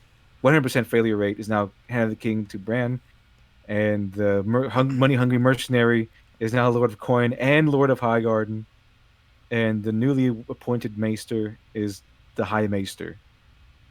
Not looking too good. I mean, it's satisfying for the audience, I guess, seeing all these people they liked being rewarded, but it's not really the best position to everyone to be in. And Jon Snow ends up going back to the Wall because he kills Daenerys.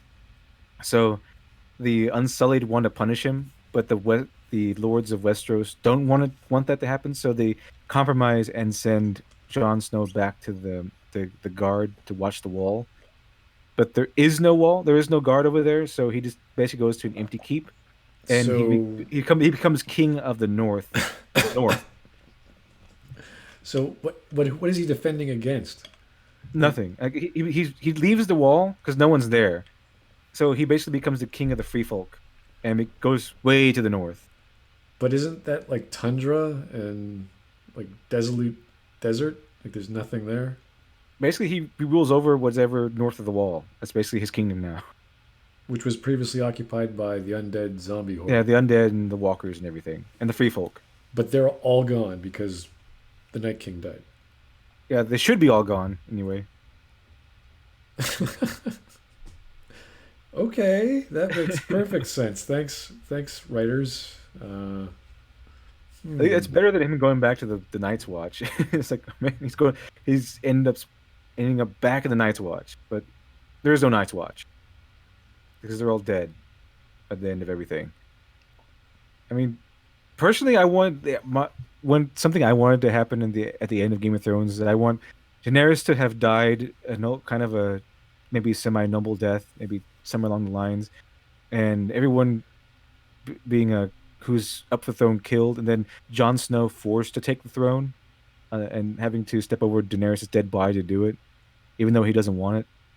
And it'd be like the sad, tragic moment, like bittersweet moment where he takes the throne because he has to, because everyone else who would take the throne is like greedy and self-absorbed and just malicious, and it would just start to cycle over again. So in Danny's memory, he takes the throne and tries to break the wheel on his own. That's how it ends. Something bittersweet and borderline tragic, but it just ended up silly. There's no sweetness. There's no bitterness. It's just No, dumb. it's just really dumb. That's why it wasn't good. It wasn't great. It was very on the most base level with me. It was fine. I mean, I could swallow that pill. All It's like get it over with. It's like, oh, all right, yeah, right, it's done. move on. It was very, this yeah, they really dropped the ball on a lot of these things. It could have been so much better. It could have been way so much better. I didn't. I just the only thing is I just didn't think it was as bad as people have made out to be, but it was it's pretty bad still. Well, maybe I might watch it in my bored, drunken old age. If it's on cable TV or who streaming or whatever. I'll Mhm.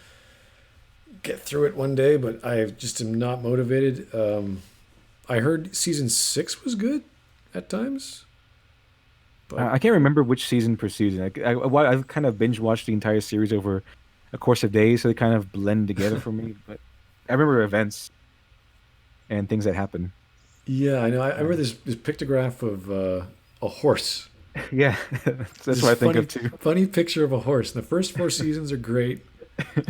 The fifth season, it's faded. It's this black and white image. The sixth season is full color. Seventh season, it's barely there, and then the eighth season, it's like this stupid Like kids drawing. kids drawing of what a horsey would look like. It's kind Uh, of how it goes.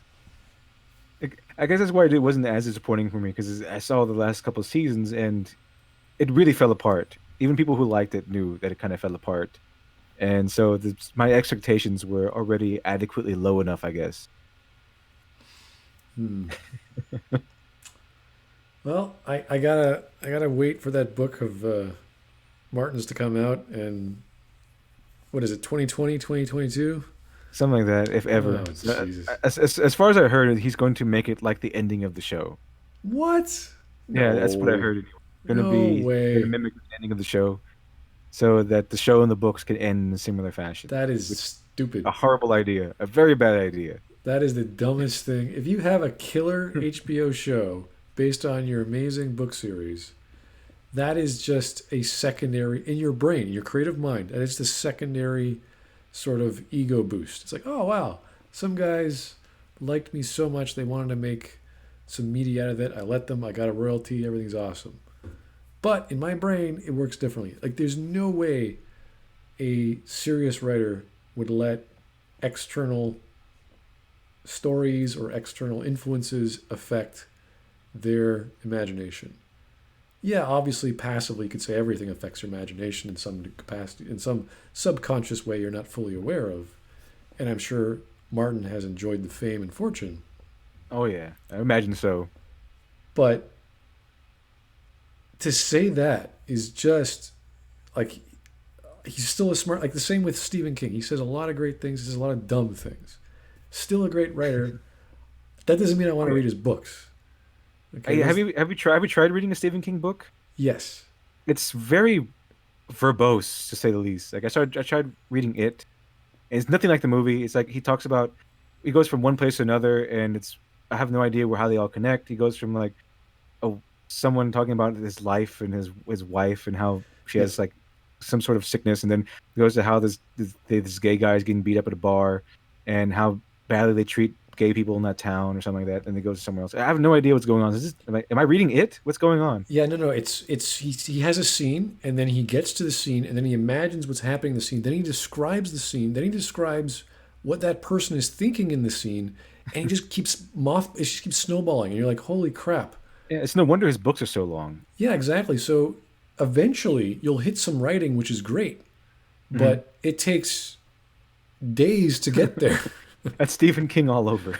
Yeah, so he's good at certain things, but in general, it's like, oh my god, dude, you need an editor. You need to slow down. Where is this guy's editor?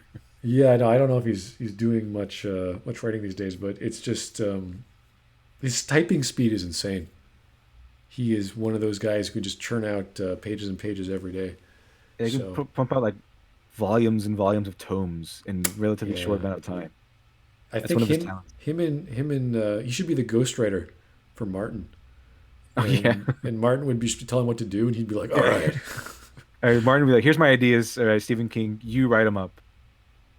I think that could work. I think it honestly could work because Stephen King knows horror, he knows tragedy, he knows suspense, and he doesn't need to come up with ideas. And Martin will just have like this giant board of just random thoughts. He has to clean up. Okay, this guy has to die, but this guy can't die from this person because they're not going to be there, and all these other webs. And he's going to be like, "All right, Stephen, here's 2 years. Go crazy. All right, just be the writer. You don't have to be the idea guy this time. Do everything. Make some new characters, invent new magic, new gods. Yeah, go crazy." Oof. Like I can't see Neil Gaiman taking this long with a book. No, he's Or really good at almost everything when it comes to his. He's a master writer. So he's pretty good at pretty much every aspect of writing. I mean, you could take or leave some of his stuff. I mean, if it's yeah, all a matter of taste, but when it comes to the basics, writing and doing what needs to be done, doing the providing the elements that he wants to be yeah. there, he's really good at it. He's Because really good he at it. writes every day. Doesn't matter if it's poetry. Doesn't matter if it's a song. He writes like we know he writes every day. He has like little Oh napkins yeah. out, so he has I all think this one practice. of his, I think one of his quotes is if inspiration is very good for I'm paraphrasing, but he says something along the lines of inspiration is good if you're a poet, but not not when you're a novelist. I think it's like you make a good poet if you wait for inspiration, you make a good poet, but that's not what a novelist does. A novelist has to write every day, even when they're not inspired at all. Yeah, like just think of his Sandman series. If he never finished, I don't know, a trade paperback or whatever he was working on, he just stopped. And someone took that and made it into a cartoon or a HBO special. He'd be like, "Oh crap, I gotta finish this Time for me to get now." busy. And he'd drop everything and he'd spend 3 months and he'd do it.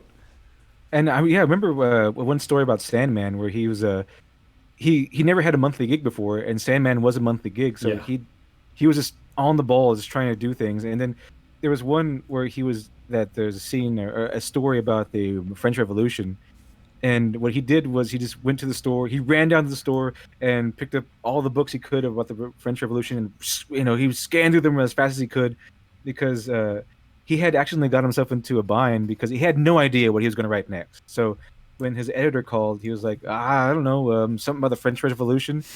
And then next thing he knew, they said, okay, we'll take that. He's like, oh crap, I know nothing about the French Revolution. So that's why he was running down the store and finding all the books he could about the French Revolution so he could do this in time. But the thing is, that's what he does. He didn't just lay about and say, oh, I'll do something easy. yeah.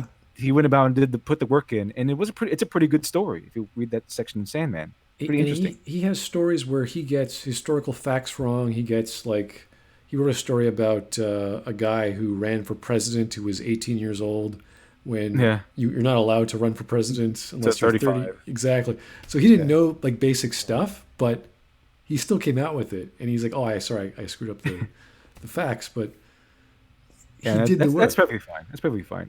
I mean, the lead child, the guy who writes Jack Reacher, he always goes on about how often he gets angry letters from Texans about how wrong he got guns and Yeah. how wrong he got cars in his books. Yeah, for sure. For sure. Like even that I was trying to remember an episode of The Family Guy where there's these two, not Family Guy, American Dad, Oh yeah, American Dad. and he meets some chick at a shooting range, and they're talking about Glocks, and it's like that's not a Glock. I know what a Glock looks like. That's not a Glock. Yeah. So the animators obviously didn't know how to design a gun, and it's like little details like that. If you're gonna do something specific, like the inner workings of a gun, or running for president. Like, there's information online. Obviously, when Gaiman wrote this stuff, the internet wasn't a thing yet, but it was. Now we have these options. Now we have these ideas. So anytime you're lost and you want to be historically accurate, or you want to invent a language, or you want to invent a magical system for your fantasy world, spend the extra hour. Sit back and just go, okay, how does energy work? How does teleportation work? How do I explain that to get my audience to believe what the heck is going on in this crazy world where I can be in one place in Westeros and then at the wall the next scene? Like, how does this? How Yeah, does that? that was pretty funny because even the people that I know who just watch Game of Thrones, just they don't analyze or anything like that. They even caught that. Like everyone starts teleporting around after a while. And I think the wall is what's supposed to be like a couple of 100 miles away from the nearest civilization. I think it's what the wall is supposed to be like. I think I'm not really sure. I think it's like 500 miles, something like that. It's an incredible distance from the nearest civilization. Well, when you look at the map, it's a gigantic world, so it's hard Yeah. to gauge exactly how far away we are from the north. What is the north aside from the land that the Starks occupy, and how long it takes to travel between here and there? Someone's asked me about Brandon Sanderson. I'm not familiar with Brandon. Who is he? Brandon Sanders. Apparently an author, American fantasy and sci-fi writer. He is best known for the Cosmere universe. Nope, never heard of him. Yeah, news to me. Oh, the Wheel of Time guy. Finishing Robert Jordan's epic fantasy series, The Wheel of Time. He finished it, really? Wow. That's I don't know how many books he wrote for that, but that is a big feat. That's a lot of books to go through to finish a series. Mr. Watchman one says, "LOL, J.R.R. Tolkien is like, listen, noobs." And that's another thing that came up recently that I've been seeing coming around is that people are comparing J.R.R. Tolkien to no, not J.R.R. George Martin to J.R. to Tolkien, and as much in terms of like world building and things like that. Oh, jeez. And it might seem like Martin has his great sense of world building, but I mean, No if you way. look at it objectively, Tolkien just blows him out of the water. Well, Tolkien blows everyone out of the water. I mean, we're talking about language, we're talking about Because music. he was a what was it? He was a language nerd. He loved making up languages for fun. That was a hobby of his. He goes into so much detail on the trees of Rivendell, or um, And plants and stuff like that. botany. Everything. Yeah, it's really like that's part of the boring. Like, honestly, some of that was boring for me because it's like I get it. We're in this magical elven forest. It's really old. It's been there for hundreds and hundreds of years and thousands of years. Okay, all right. They're immortal. It's gonna have immortal people running around. Okay, we got it. Same with the third book. He's like, they're at Mount Doom. All right, you're there. You're at Mount Doom. All right, let's get this going. Come on, just get that ring. It's like, come on. It just Like takes so long to get I'm stuff surprised to he didn't happen. go into like the specific measurements of things. So this is see that crag over there is 9 centimeters to the left. And then, like that, it's almost over the detail he did. You know, the funny thing is that a lot of people think that Gary Gygax, the D&D, the guy who helped invent Right. D&D, was like a big fan of Tolkien and like drew so much inspiration from Tolkien. And the fact is that he hated Tolkien. He thought it was garbage because he didn't like the fact that it was mostly walking and talking. Gary Gygax actually pulled more of his inspiration from Conan the Yes. Barbarian. Yes. Well, look at the sheer volume of material that, like, Conan is the biggest fantasy series. It's still ongoing. It's the biggest Yeah, fantasy series. I love Conan the Barbarian. It's still one of my favorites. It is gigantic. You would have learned about this growing up. I mean, it's been around since the 60s and 70s. Mhm. Tolkien is huge, but it's not gigantic. He Yeah, has a lot of books, but they're not like that. The Hobbit's an easy read. So, some of I his think poetry, it wasn't was The Hobbit supposed to be like a children's book?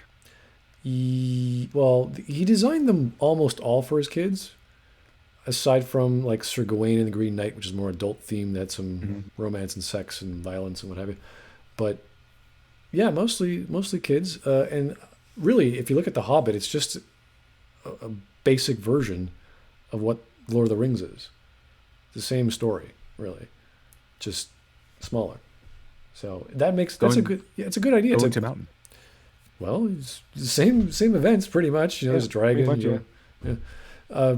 These things are smart for a writer to say, hey, you know what? I'm not going to have uh, a young person or an average person read a book for more than an hour at a time, and this thing is 2 months worth of reading.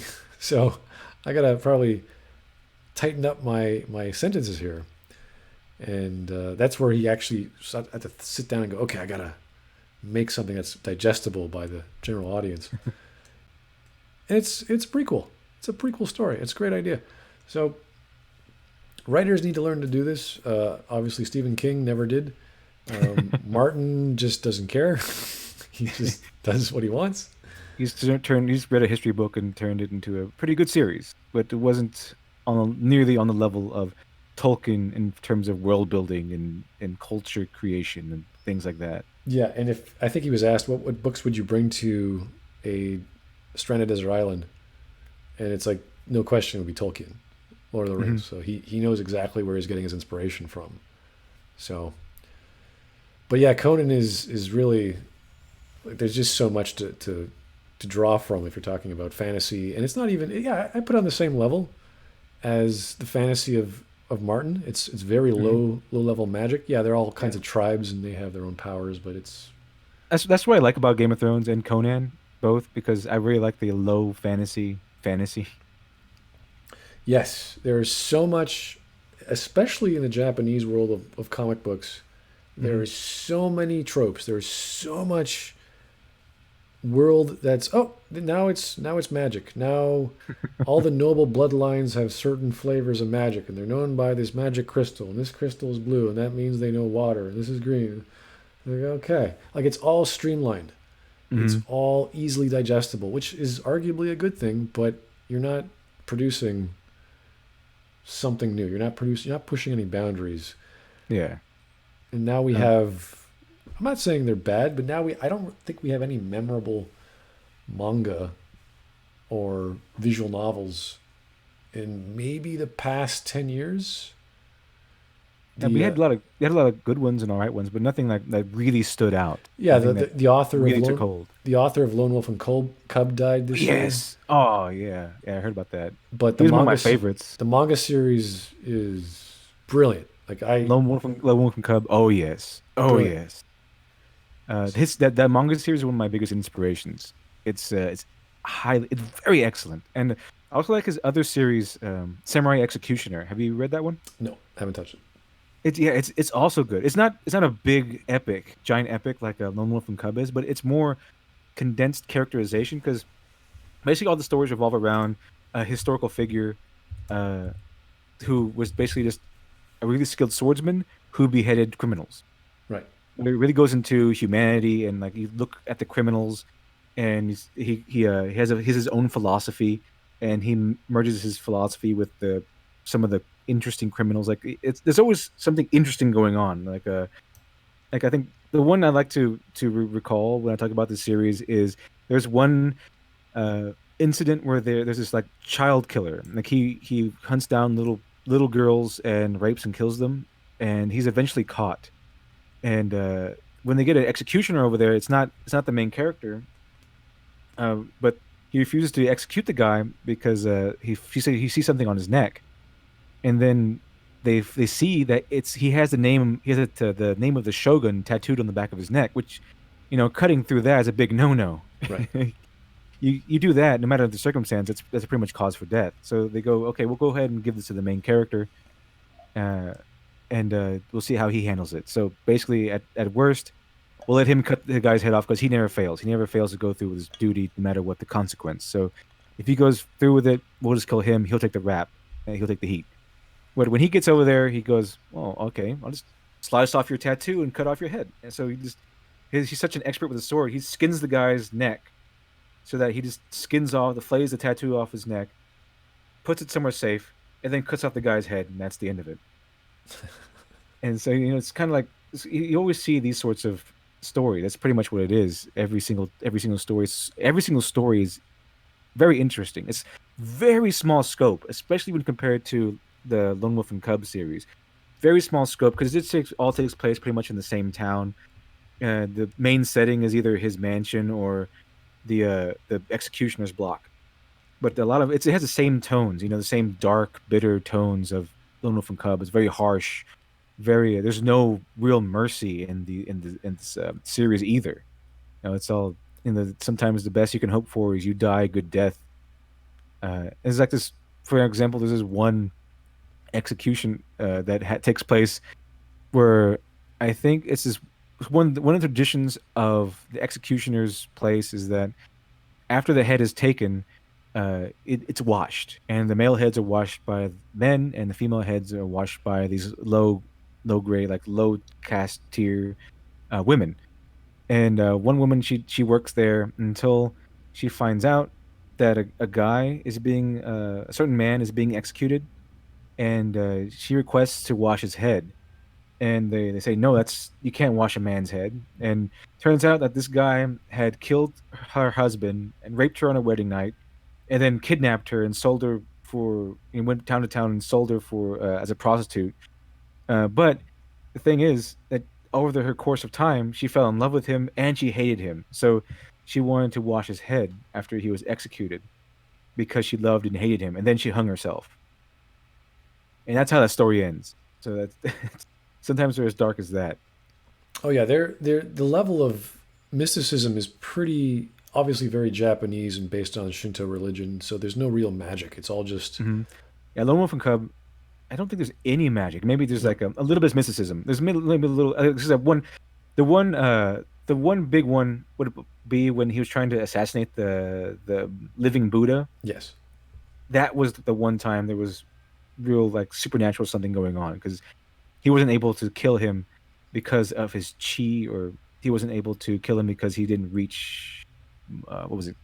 Ko Mo Mo? He was trying to eliminate his killing instinct, Yeah. and he was going to kill himself if he didn't. So he was just like, I got to do this. Yeah, he had to And reach nothingness. Is pretty much. because if he didn't, he would end up killing himself, and that was never really explained what that meant, because it was as if he would strike the holy man, he would be striking himself, and I was like, what the hell does that mean?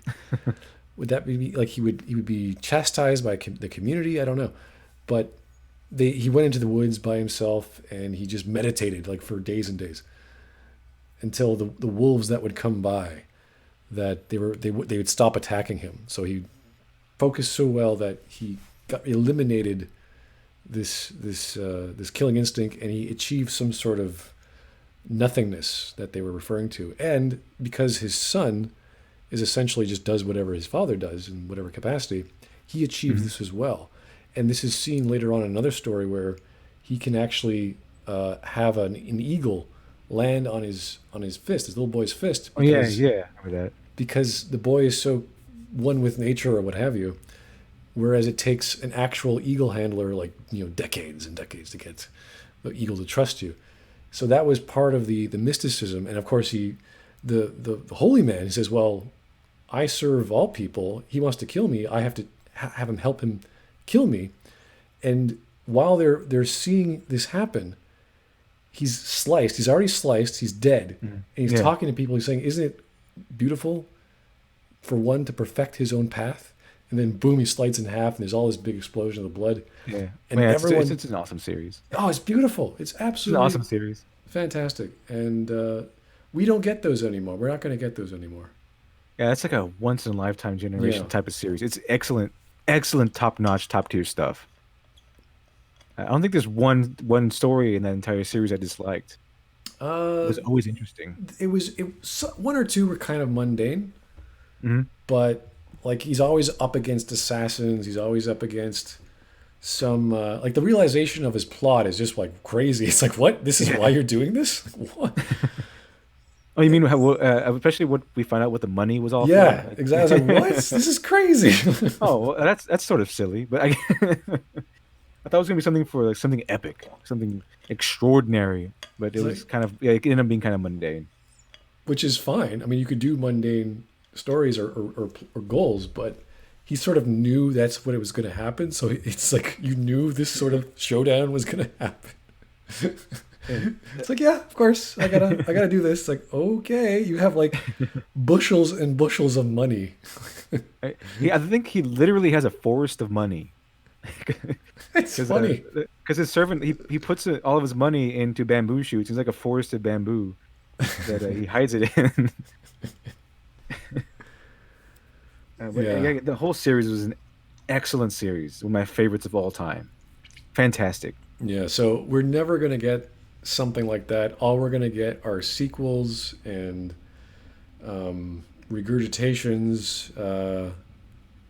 Like Terry Brooks was now a show. Like all his fantasy stories. I don't know how successful that is. I stopped watching that after the first season. I got bored. Um, that's the Shannara books. Hmm. So there's not much else out there that's original that we're going to appreciate. I can't believe they're doing 3 shows of Song of Ice and Fire.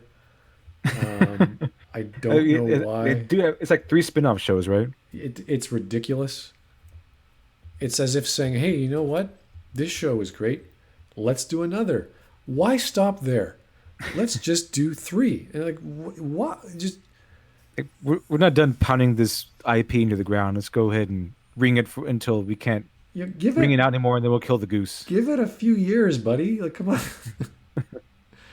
Find someone else. Find another author. Get I don't know.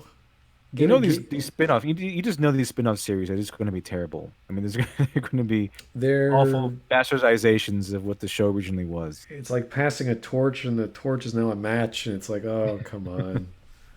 What are you gonna do with that? The only one I might watch is the one with Aria, maybe. I don't know. It- Arya just fell flat. She really fell flat. Yeah, she's a cool character. I think a lot of the things she went through, and of course being a little girl, and we see her grow up as the show goes on, and now she's at least 18 years old, and she's Yeah. doing all these amazing things, and it just falls flat. It just they forget about her.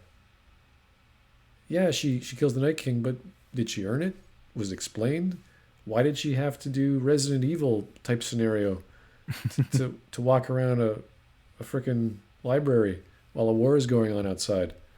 Why did why was she able to teleport or hide in the shadows? Was that a skill she was taught? I don't think so. I don't remember her learning how to become invisible. She had a lot of cool skills. That was not one of them. Yeah, that's one thing I didn't like about the last season. She was way underutilized. I thought, like, okay, Arya is this master assassin. She has all these supernatural skills. Surely she's going to do something. Okay, she kills the Night King. It kind of came out of nowhere, but I kind Yeah, of get but it. when Okay. she was battling with Brienne, it's like, okay, Brienne's gonna crush her. Brienne's a warrior. She's an assassin. There's a difference between fighting and killing. If you're Yeah. if you're a fighter, you know how to fight. If you're a killer, you do one thing, and that's stab or poison or whatever. So there's really no point to having an assassin fight a warrior unless the assassin's going to kill the warrior. It's like a, action movie assassin where they, like John Wick, can just mow through guys. Then you can, that kind of makes sense. Yeah, it's I'm going to snap your neck. I'm going to shoot you in the head. I'm going to yeah, it's very quick. And when you have a sword, which is a broadsword or roughly a bastard sword, versus a piece of metal, which is essentially a pencil Yeah. length, It's like a miniature rapier. right? It's like that's not going to hold up. Like it's going to snap that thing in two, and you're going to lose an arm. It's just like just no.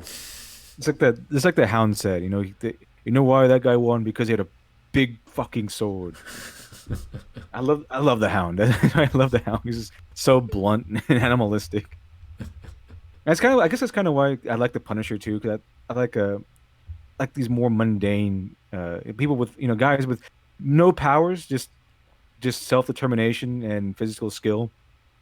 So that, yeah, I like the Punisher. I like the Hound, and Yeah, the everyday man, yeah, I like those guys.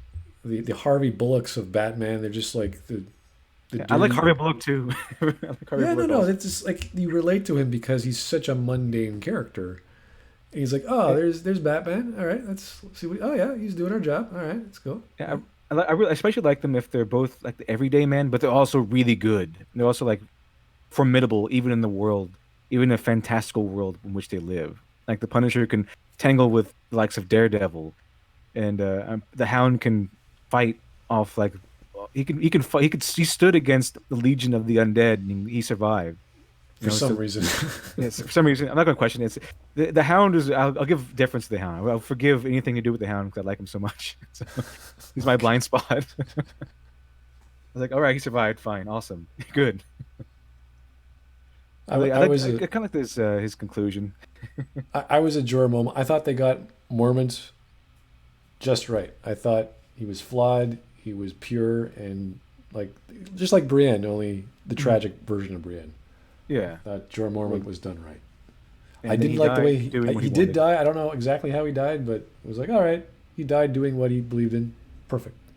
Yeah, he died defending Daenerys, who was I think she fell off her dragon at some point, and she was being swarmed by the undead, and Jorah Mormont came in and started fighting them all off. He was taking like blow after blow. He can stab with spears, and he's basically just died defending her until the last, and that's why she's alive. See that would have made sense if everyone else died because they're supposed to, but because he was defending something relevant, it's like, oh, he has to die. It's like, yes, we get it, but how about when you're not defending someone else? How about all the other stab wounds and people screaming in pain? It's like, did they just they lose any blood? Like, what happened? Oof. Eh, Holy Knight Vader 999 says Jorah Mormont should have at least one lay with Danny before the zombie Oh battle. no! Don't do that. No. I mean, why not? Everyone else did. Oh, see. Everyone else got a shot, so Wow. Jorah Mormont's the only one who didn't. In the books, he's actually a really unattractive fellow, and they got this gorgeous man. Yeah, It's he like, got wow, this guy's really rugged good attractive. looks. I mean, even with Tyrion, I mean he's really ugly in the books. I mean, they Yes. describe him as hideous in the books, and Show is pretty good. he's not in the show. He's pretty handsome. He's like a little handsome man. Yeah. He's a square Got this jaw, you got know. this scar going. He looks badass. He's like, wow, this He's guy's awesome. Yeah, I mean he's pretty handsome and good looking, and he's if he were a little taller, maybe he'd be traditionally attractive. I mean, he's almost traditionally attractive already. And who else? Aria is supposed to be like a boyish. She's supposed to be like a little boy. She's so unattractive. Still not so in the show. She was okay. Yeah, I not think, yeah, when she was tricking Tywin about being a page or whatever the heck she was, it was like, yeah, all right, I could buy it. not to the extreme of Tyrion or Jorah Mormont, but Yeah. it was she was better My in the show. my my anger is really with Roose Bolton though, because they really screwed him up. Like Roose was like the ultimate. All right, this is what This is the guy who's either gonna win the game or he's gonna just win his own version of the game. No one's gonna touch him. He has his own kingdom. He pretty much has his own house of doing whatever the hell he wants. Everyone fears him. No one touches him. Anyone who comes near him, he gets all their secrets. All his people are terrified. No, they're not terrified of him. They just know you're safe with him. That's one of his things. He didn't want people to fear you. He wanted people to be peaceful and quiet. Hmm. And I was like, this is a guy who knows what the hell's going on. He doesn't fool around. Everything he does is calculated. He doesn't care about what you want or what he wants he doesn't care about emotion. It's all just a game to him. So it's all he does. How could you best him when he has an army and he has all these plans and all these spies? And it doesn't make sense that whatever, like Ramsay did what he did. And it's just like, oh, come on. He would have seen that coming. Like, he would have planned for that before the guy was even born. I mean, And he was kind of a Machiavellian figure. oh, for sure. He was really good at playing the game. It's like Tyrion was supposed to be. At least Tyrion was until he became the hand of the king to Daenerys, and then all of a sudden, all of his skills went away. They all dropped to zero for some reason. Yeah, Tyrion, Peter Virus, Baelish. Yeah, Virus really got messed up. they all succumbed to their emotions. They all screwed up in some way. Roose was like, nope. Everything he did was fine, perfect. Everything was like bonus win win win win. Everything, and then his bastard son just kills him. He's like, what? No, I'm sorry. That just and if that happened, then the people near him would have destroyed him. Yeah, more than likely. You you can't have you can't leave that big an avenue open and then have everything else protected. It's really wouldn't make too much sense with a character like that. It's strange, yeah. And with the death of Peter Baelish was like it did not make any sense. When again, I didn't see it. I heard about it, and I was like, "That's stupid." And you watch a clip, and you're like, "That's stupid. That's really dumb." The hell is he doing? Everyone's dumbed down, but everyone gets stupider as the seasons progress. They all lose their ability to think. They Yeah, all like lose their the way that fanaticism. Baelish just handed over Sansa to the Boltons was like, what? She's a pretty good bargaining Why? chip. You probably should keep her. She's a pretty good Probably, bargaining chip. yeah. Just don't do that. Just anything but that. You're good. You should have done what Rodrigo Borgia does in Oh, the Borgias in Faith and Fear. It was okay. You can marry Sansa. Just we'll schedule the wedding a month from now. Okay, and then well, until then, we'll stay in your castle and we'll enjoy your stuff. And then when the month comes along, something else happened. Let's move the weddings, down the line somewhere else. And okay, the wedding now. But I can't have you, um, I can't have you confirm the marriage. I can't have you sleep with Sansa before reasons X, Y, and Z. And he would think up some reasons. So he could, just keep pushing it back and back and back and back. So she stays a valuable token, valuable piece and until he finds the next thing. yeah. No, Baelish would be able to do that. Yeah, he is the guy who manages to do what you want and help you out for your best interests, and you go along with everything he wants just because you trust him. And then somehow your best interests become his best interests. Or at least he convinces you of that. Like, if he makes an enemy of some lord, you'll say, that lord he wants to stab you in the back. And here is the overwhelming amount of evidence. Or maybe he'll leave. Bailey should probably leave the evidence around or pull some strings way in the back so that eventually it will reverberate to you and you'll get the idea in your head from this long line of string pulling he's been doing Yeah, and to then go after that lord. when he finally meets up with Caitlyn again, who's now Lady Stoneheart, he'd be like, "Holy crap! What the hell?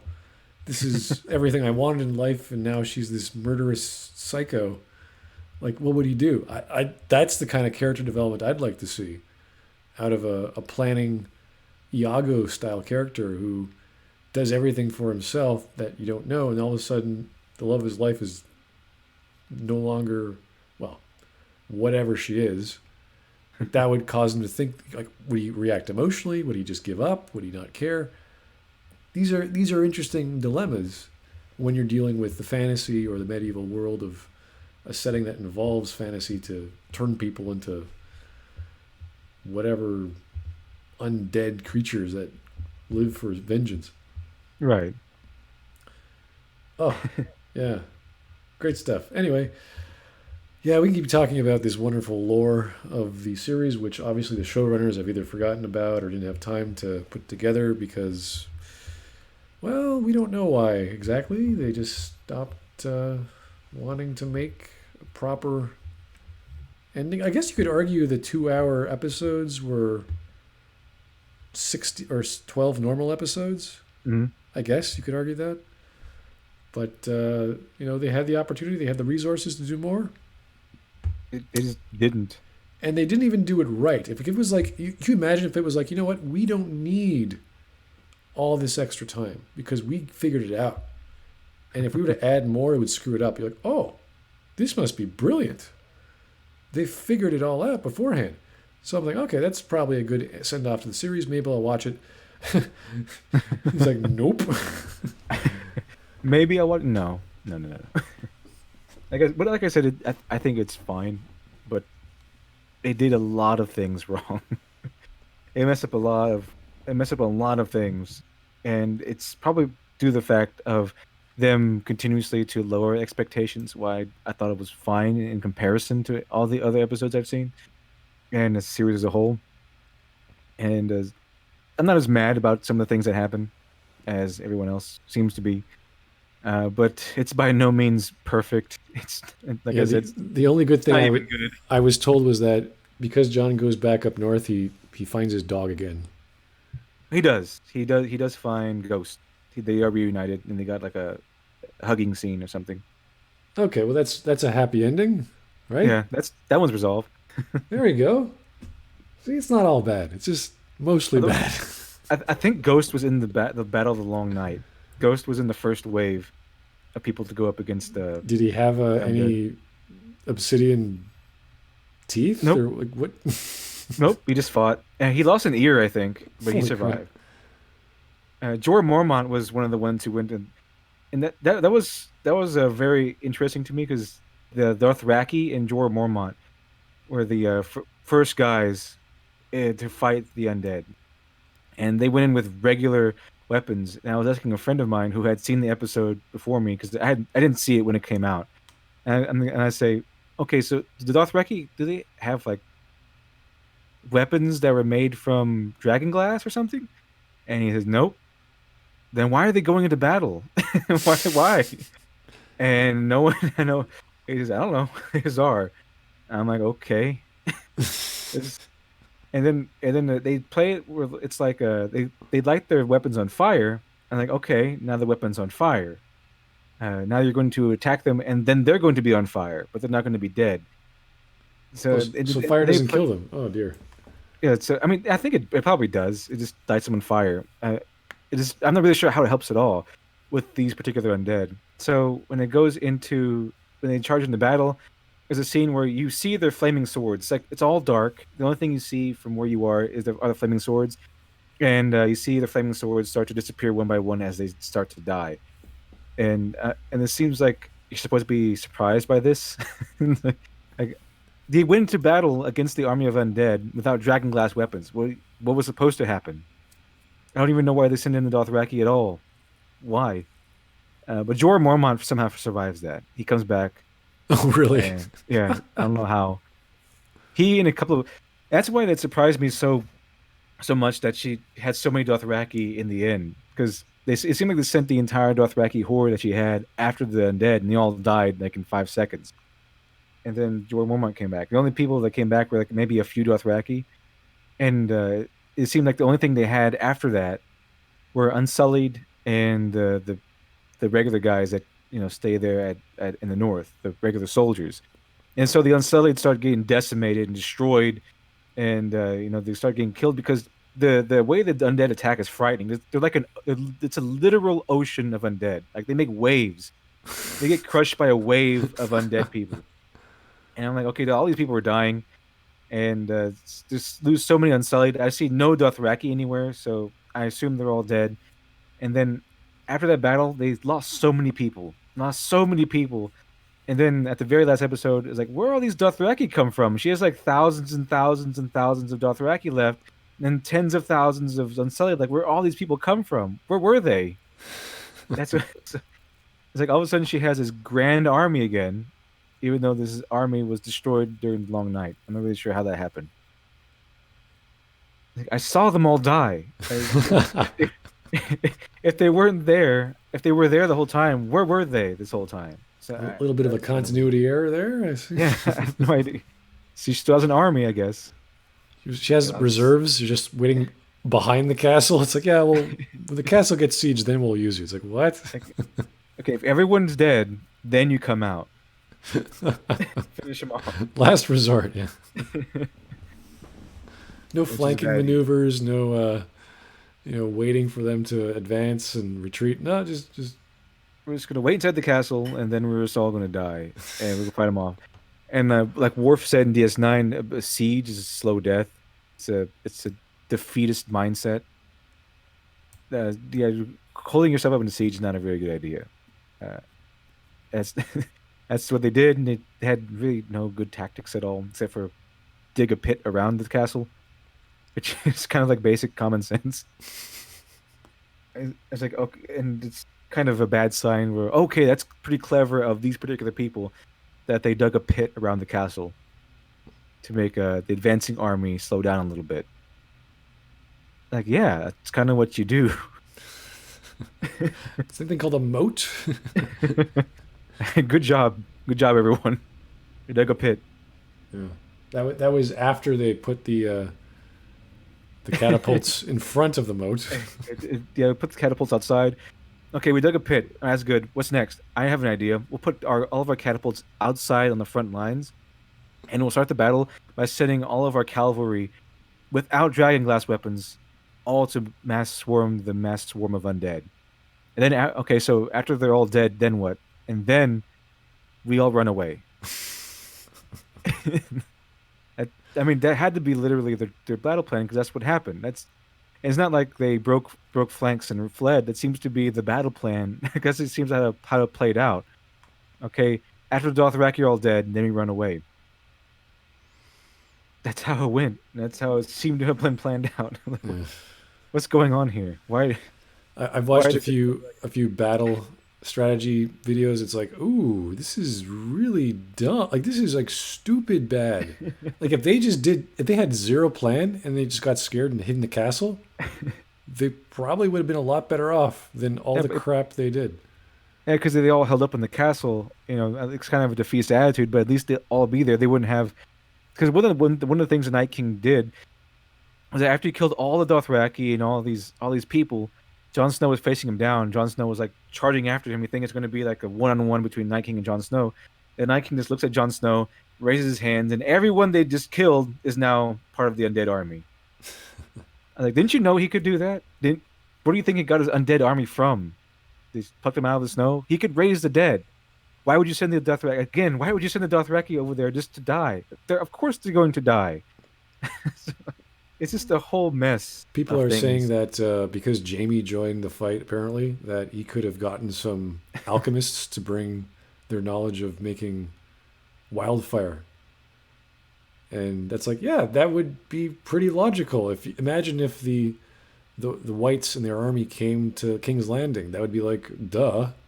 Of course you'd use fire or wildfire. Like that would And, make sense. and how cool would it have been if if Jamie had managed to convince the Lannister army, the King's Landing army, to disobey Cersei and come to the aid of the North, and then they all fought, and then the threat of Cersei reasserts itself, and now you have the people who once fought with each other side by side, not like 2 days ago, now have to face off and fight each other, and then we have like, should we?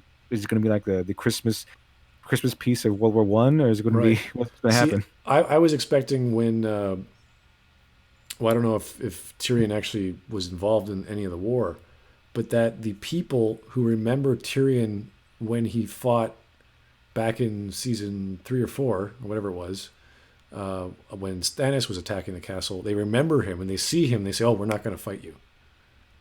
See, Yeah, that would have been like, unfortunately, "Oh yeah, we're not going to fight. He's a hero of the city. We're not going to do that." that would be cool. Unfortunately, that doesn't happen. No one remembers. No one even gives him a modicum of credit for that.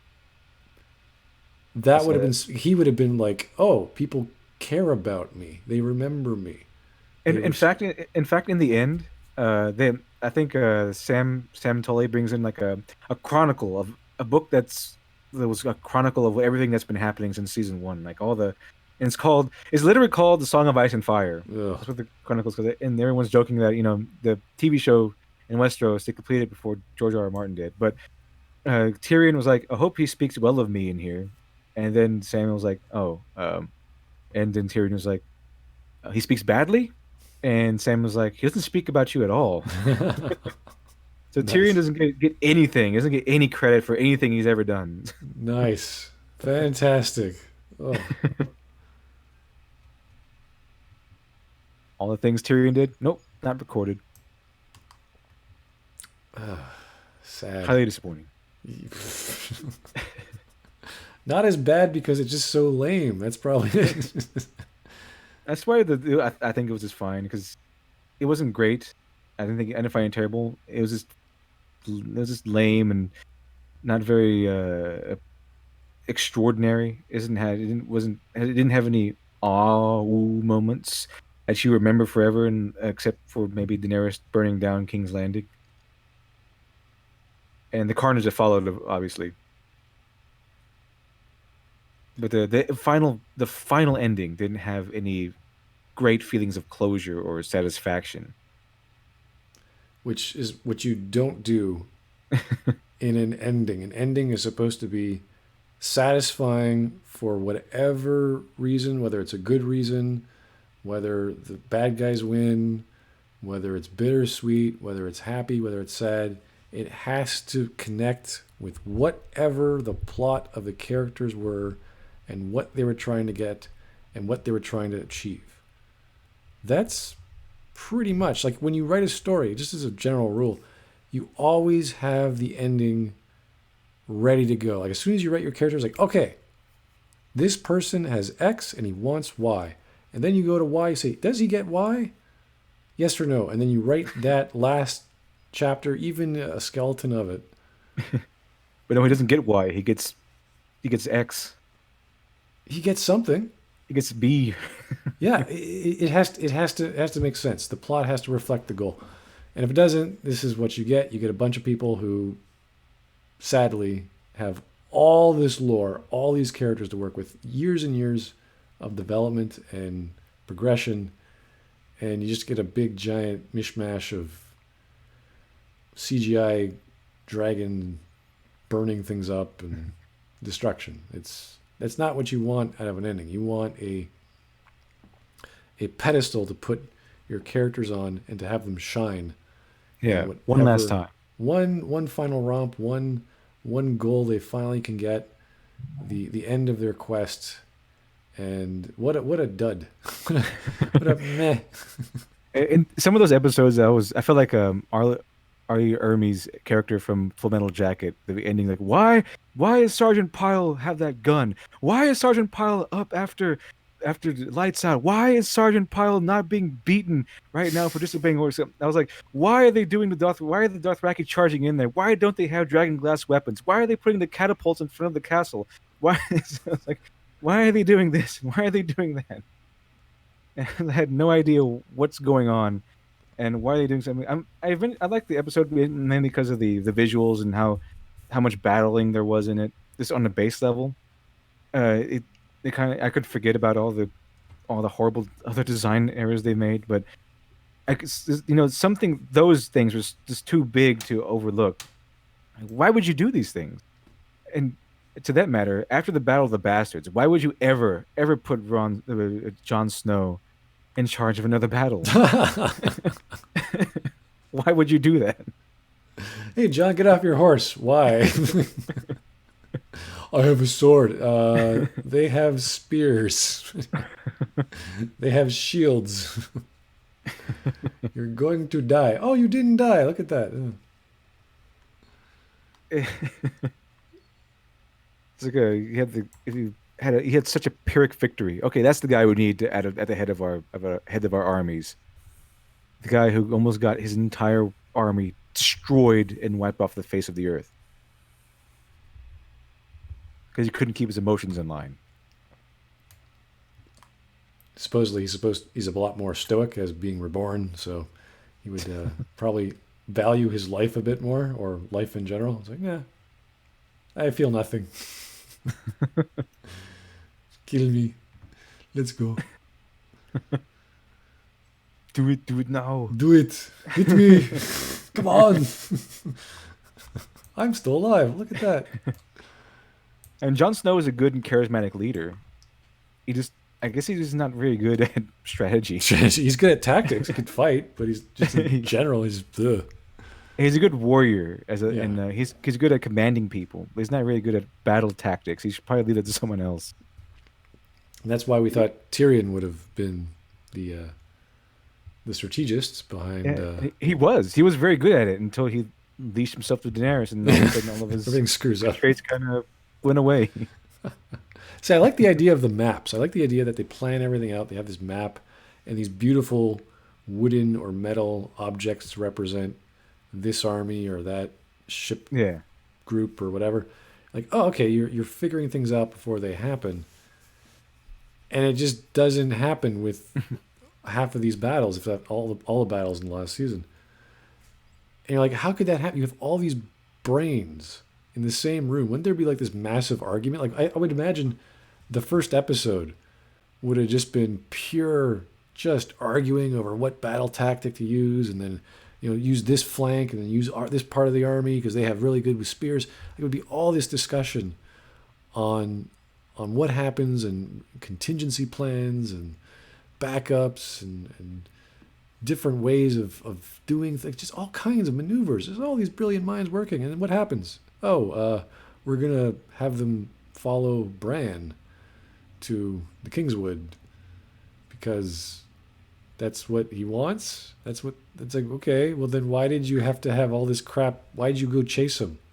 Why did you send all these horses out into the field? Like, what are you trying to do? Is that going to get him to come out faster? Like, what? No. Very bizarre. Very strange. It's like we have levers to pull. Let's just start pulling them in any order randomly. It's like, no, it's not. It's not how you plan a battle. Made it look like he was planning a battle. They said Yeah. all the right words, and they pulled out maps and things, and they did all the stuff you're supposed to do when you're playing out a battle, but they forgot to actually plan out the battle. They forgot to strategize.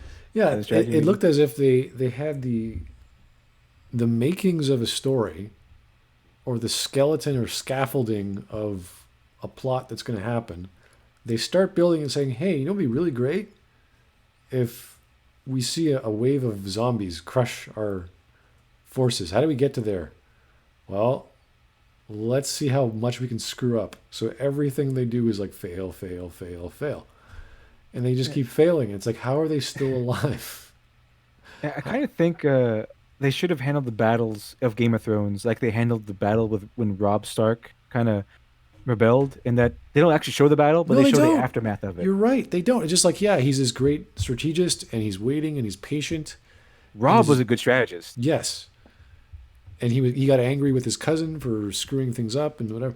It's like, yep, now we got to go fix this. And that was one of the reasons why it led to the Red Wedding. Yeah, and they focused on again. They focused on the politics of running such a huge battle. Keeping all your lords in line, keeping your soldiers in line, making sure they obey your orders. They didn't actually show the battle itself. Yeah, and when they captured Jamie, they just captured him. There was Yeah, no actual struggle. It's just that we have him now. It's like, okay. Hey, look, we have him now, and then they explain how they captured him and everything. So, and that was fine. We didn't actually need to see the battle. That's not what Game of Thrones is about. And that whole scene with Jamie trying to get back home, that was like season 2. Something like that. It That was, happened pretty quickly. yeah, that was a whole plot thread or plot line. That was good. That was like, yeah, this guy slowly becoming more humble and trying to, being thrown through the mud literally and just being treated horribly, getting his arm cut and And that came out. I was surprised by that. All of a sudden, his hand is off. Like, whoa, wait a minute. That's pretty good. yes, you take away all his strengths. Like that's what you do with characters. You put them in situations that they are either terrified of, like they have a fear of spiders, or they have never been in before. And it was his right hand too. His swordsmanship, everything was taken away from him in that one instant. That was it. He was no longer the flashing, daring, shining knight, the powerful swordsman who stabbed a king in the back. Now he's just a guy with no right hand and no way to, no skills anymore, really. You know what really actually got me a little not pissed, but I was really depressed about the the titles of the show. When you watch the titles, you see all the cities and buildings sort of bubble up out of this mechanical sort of clockwork, Hmm. bronze colored design. I was like, you know what? I would like to see some sort of clockwork machine, maybe out of his hand or some sort of, I don't know, some house, maybe some tinkerer who has some sort of mechanics. That sort of element, because I really like that design. I really like the concept of you have this map and it's just this beautifully looking. I don't know what you would call it. I guess it's clockwork mechanism. And for him to have his, I guess it was a gold hand. Like Yeah, that's ridiculous. just a gold hand. It Like doesn't that's really have any functions or anything like that. like if you imagine having solid or whatever kind of gold just as a hand, it is ridiculous. Like just have bronze or have brass or something. Well, he's a Lannister. He kind of has to have a golden hand. Yeah, but it's just like you're gonna paint yourself a target. Everyone's gonna come after you because you have a freaking gold I hand. think I think it actually comes up in last season. I think someone recognizes him as Jaime Lannister because of his golden hand. And I think it was a time when he was trying to be subtle and trying to sneak into places. I forgot. I forgot exactly. But I think someone does recognize him because of his golden hand. 'Cause it's so loud. Yeah, I would have thought So that noticeable. one of those people, or either I don't know, maybe Samwise or someone would have devised some sort of mechanism for a hook or just any kind of interesting technological thing that he would have used or someone would have used as opposed to just this just magic and just swords and just this or that. Wildfire is as close as we got. Poison in that is, some of the lore of the world, some of the machinations of the people trying to fight and get around all the Hmm. politicking. I thought, okay, that's what I want to see. So you want to see those interesting maneuvers. That's why I really like Dorn a lot because they were like spear guys and they had whips and knives and poisons. Like, all right, that's cool. That's what you want. Like Dorn is like the conniving, backstabbing, tilt, passionate people. They're all libertarian. They're all open minded, but they're gonna kill you. You're like, oh yeah, that's great. And they get again shafted. Their storyline goes nowhere, and it just all the cool Unfortunately, that elements are happens a just lot. yeah. It kind of squashed at the very end. Like, okay, this looks cool. Okay, what happens now? Oh, kind of forgot about that. They have because the writers have to juggle a lot. There's so many characters and so many different people, so many lines, plot lines, and so many things that they have to keep steady. And it's I'm not really surprised they kind of forgot about a couple of things, and or maybe not even forgot. They probably hoped you as the audience forgot, so they can just skip over them. That's what the opposite of what you do Yeah. in a story. You want everything. Okay, it's hard to explain why endings are so important, but it's really simple. It's the plot. It's the point of the whole story. So everything that has to make sense must make sense. It is, if you're going to be careful about your writing, the ending is where you do it. And because they built up these characters to act and be a certain way, they should behave a certain way. And this is why Danny's change did not make sense. It could have, it should have, and we can arguably argue the drama about the reasons why she would have gone evil or crazy. Hmm. But from what I hear and read, it's she didn't like bells. Bells just flipped the switch and she just started murdering people. Because Tyrion said, okay, when they ring the bells, that means they surrendered. So stop killing people. So so she's going around and destroying everything with a dragon, and then the bells start to ring, and that's when she hesitates a minute, and then you see her become like more and more emotionally unbalanced in her face and everything, and then she ignores the bells and just continues to burn the city down. For no reason aside from I she guess wants to keep fighting. I guess that's their payoff for all the emotional turmoil that she's been going through, and recently with her friend dying and uh, Jon Snow being like this person she loves and her biggest threat. I guess that all culminates, and she just wants to get revenge on someone. Like I said, Daenerys has always been one of her flaws has always been her emotions. Sometimes she can't always keep those in check. And that's been one of her character traits since I think almost the beginning, ever since she started getting power.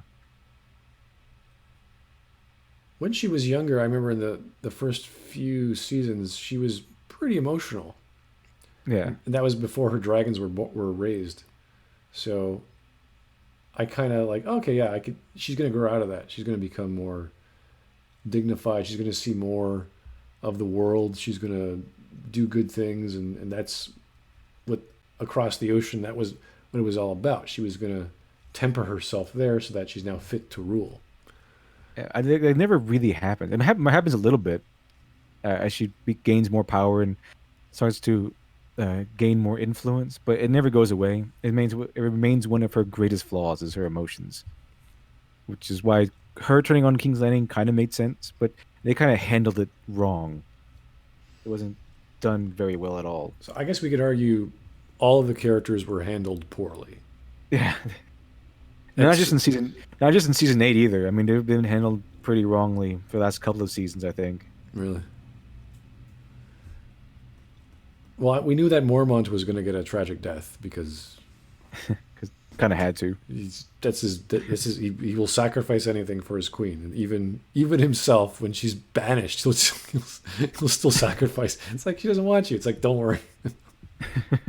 Jeez, you got dedication, man. And Yeah.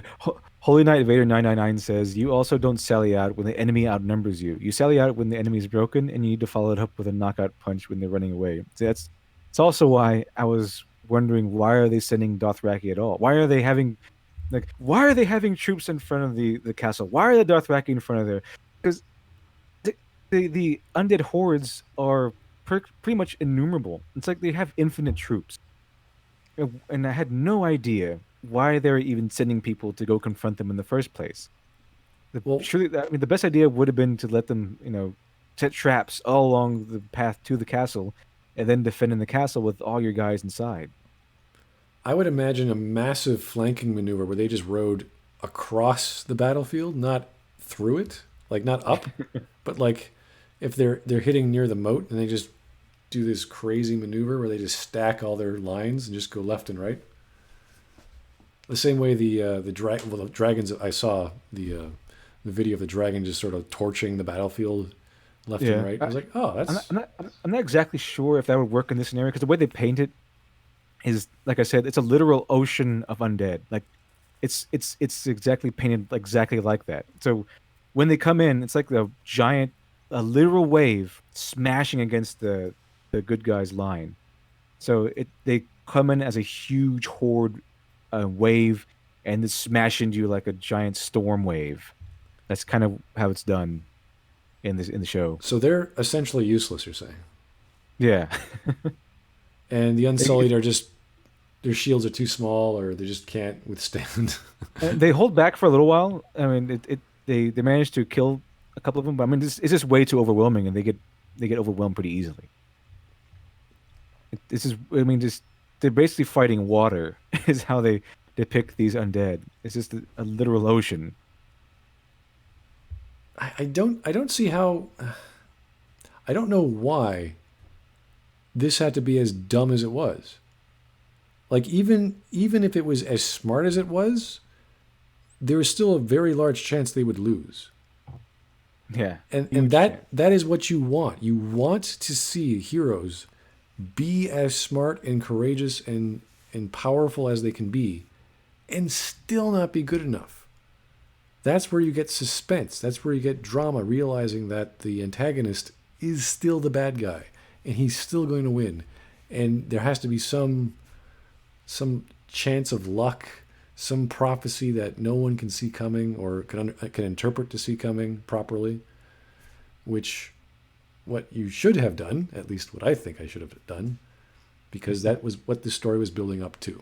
Or I don't know, Melisandre is pretty retarded at this point. She just can't. Everything she says is wrong. Everything. It's like Tyrion. Like once she hits a certain point, suddenly everything they start to say and do is wrong. It's sad. It's ridiculous. Like why have prophecies if they're not going to have a conclusion? The great thing about in this case, because she's so wrong, she's questioning her faith and she's not sure about herself, and maybe that's the point. Maybe that's what her God wanted her to learn. And she's doing all these mistakes. And I hate to say this, but this is pretty much the same message of The Last Jedi, where you're just constantly failing and failing and failing Hmm. until you figure stuff out. But from what you've told me, she just kills herself. I'm like, oh, Yeah, she just dies. like, what? She says, "I am going to be dead by dawn," and then she's still alive at dawn, and she just walks out and dies. Dirty, dirty cheater. That's what she turned out to be. It's just a dumb, dumb story. And I don't know about you, but that's pretty insulting. It's not insulting to the audience; it's insulting to the actual stories, like what George R. wrote. And he's like, well, he has a whole freaking popular HBO series. What the hell is he gonna complain about, right? But if he's a writer, he doesn't really care about what other people are doing. He cares He's about attached to his creation. you would be extremely protective of it. Yeah, you would be. And I always go back to Harlan Ellison because he is like the quintessential writer. He would want full creative control.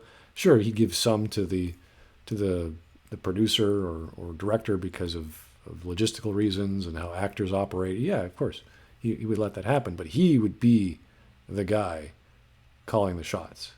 He would be the director, essentially, the creative director. And everything would have to be just so. Not like a Hideo Kojima sort of detail retard who's like everything has to. The bullets have to hit the bottles, and the bottles have to explode, and the glass has to hit other glass, which causes other glass to fall. It's like, oh, dude, no And one. the glass will hurt some other soldiers. That's Yeah, what. you don't need all that. Oh yeah, you need this detail. It's like, no, you really don't need all this detail. Like not. Like Metal Gear Solid 3, where you can shoot a guy, have the bad guy, have like the animals eat him, and then eat the animals, and then the guy will like, "You're eating me." When I saw that demo in Zone of the Enders for Metal Gear Solid 2, I was like, okay, you did not have to model an entire bar on a ship that you could shoot. There's no purpose to this. Yes, it's very realistic. We don't need this in a stealth game. It's just ridiculous. So the details are essential, but not stupid cosmetic ones that have no purpose. Like Melisandre was such a horrible character, absolutely horrible. I think the chick that was the other Red Witch from with Danny. Oh yeah, yeah. She seemed to be. Oh yeah, that's the proper way those people should operate. How they sound, how they act. They're very. This is the way the world works. I'm a servant of the Lord. Blah blah blah. We know what's coming. It's like, oh, okay, yeah, I believe her. But Melisandre, she's dumb. Everything she says is wrong. Everything she thinks was right was wrong. Somehow she has telepathy. That's about it. Everything else is wrong. Like, why would you listen? Why would I care about your God? And that was kind of cool with Aria. It's like I only have one God or whatever. Um, there should have been more of that. There should have been more of the religious side of things. Whereas you have the political side, which is what Game of Thrones is. There's a bigger game happening between the gods, and the servants of the gods are sort of aware of that. Hmm. And the Red Witches or the Red Women, whatever, are trying to interpret that. And then you have like Arya's like, I don't care. I'm gonna kill you all. You're all gonna die. That's my end game. You die. I want to kill everybody. That's why I wanted to see more of Arya and see what she would do. And I was hoping she would start killing at least some people. But other than the Red Wedding, and then she killed the Night King. That's her skills. That's like the peak of what happens, which how she used her skills. Yeah, And no, maybe sneaking around some zombie places. That's about it. yeah, no poison making. I don't think. She survived the dragon attack, but it's not really because of her Uh, skills. It's kind of like character shields, but I, all the fire covered up the camera. We don't know what happened. Yeah, he's probably fine. Not a single hair singed. yeah. The horse is dead. Whatever happened to the horse? I don't know what happened to the horse. She had the horse at the end of one episode. Next episode starts, his horse is gone. What would I have been forgot great about it. is if she followed Jamie into King's Landing That would have been cool. That would that's it, like to kill him or something. to kill. Was she on his list? Or was he I on don't her know. list? He's a Lannister, so he might have been. I can't remember. But I wanted her to kill Cersei Well, that because was that what would we have been were like hoping her for. Yeah. closure. Yeah. That was the point. That's why the character is the character. That's we saw from. Geez, the first episode of the goddamn series. It's just like, yeah, she loses her mind and she's gonna get revenge on everyone, and that's her journey. And for her to not get that, to not even be involved. Again, this is not like John where he was sort of involved in the battle with the Night King. She wasn't even involved in any of this. She was just running around with everyone else getting torched. Yeah. She had no power. She had no authority. She's just like, I can't do what I want. What was she trying to It, do? they should have had it where like Daenerys was being defeated, like Cersei was winning because of all of her powers, and that Daenerys's army just got done fighting the undead, and they're tired and they're shaken, they're very low on supplies and manpower, and then it should have been like Cersei's winning, and she seems unstoppable. Then Arya comes out and assassinates her It would have after been a all this. beautiful scene if it was a page girl who needed to refill her wine glass. Oh yeah, and then she like poisons it or something, and then Well, she. just like Tywin, yeah, same scenario. It's like, are you a girl? You're a page girl, aren't you? Yes, I could tell. Of course, I'm the queen. Ha ha ha.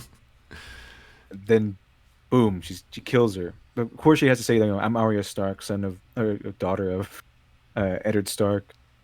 So so she makes sure that Cersei knows that Starks ended her or something like that. You kill my father, prepare to die. Yeah, something like that. You killed my father. Prepare to die. I am Arya Stark. Montoya. I am Arya Montoya Stark. You killed my father. Prepare to die. Yeah, that well, something along those lines. Any kind of whimsical or thing that we can connect with and say, okay, this is what's going to come. Or if it doesn't come, maybe that it scares the queen to kill herself like her son.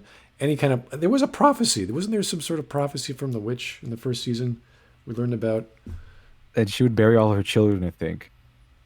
Yeah, Something like that. she would lose everything and she'd be lonely. Da, da, da. Be like, okay, good.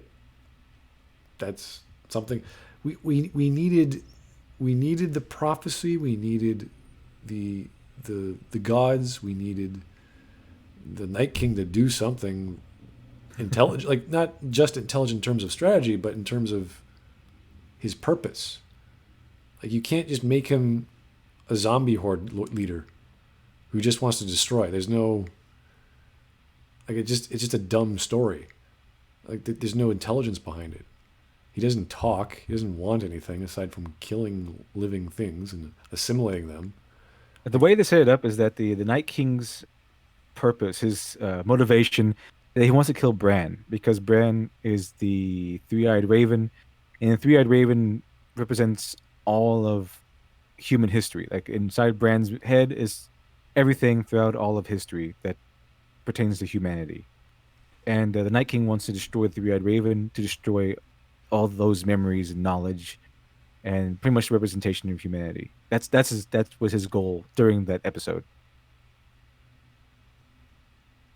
That would have been good. That would have been something. Like something explaining who's who and what's what.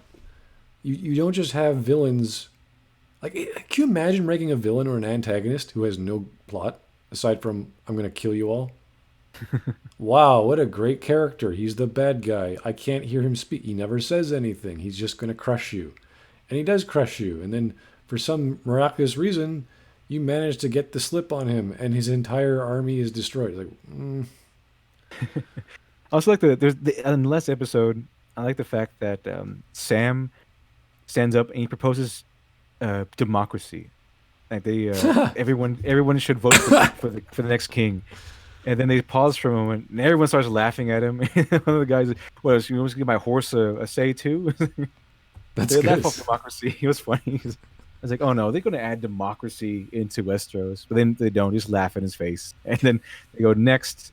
Yeah, no. That's the beauty of playing Civilization, where you start off with slavery and like democracy is like one of the last options in the political tree.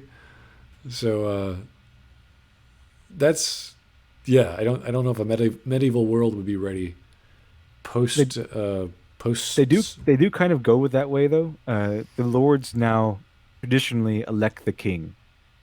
But they elected Bran, who is the three-eyed raven and who supposedly lives thousands of Yeah, years. but that's still an oligarchy of rule by the aristocracy Yeah, or a ruling it's still class. Yeah, a ruling class. So it's just the lords of Westeros. which is feudalism Yeah. essentially. Yeah, I thought you didn't vote for kings.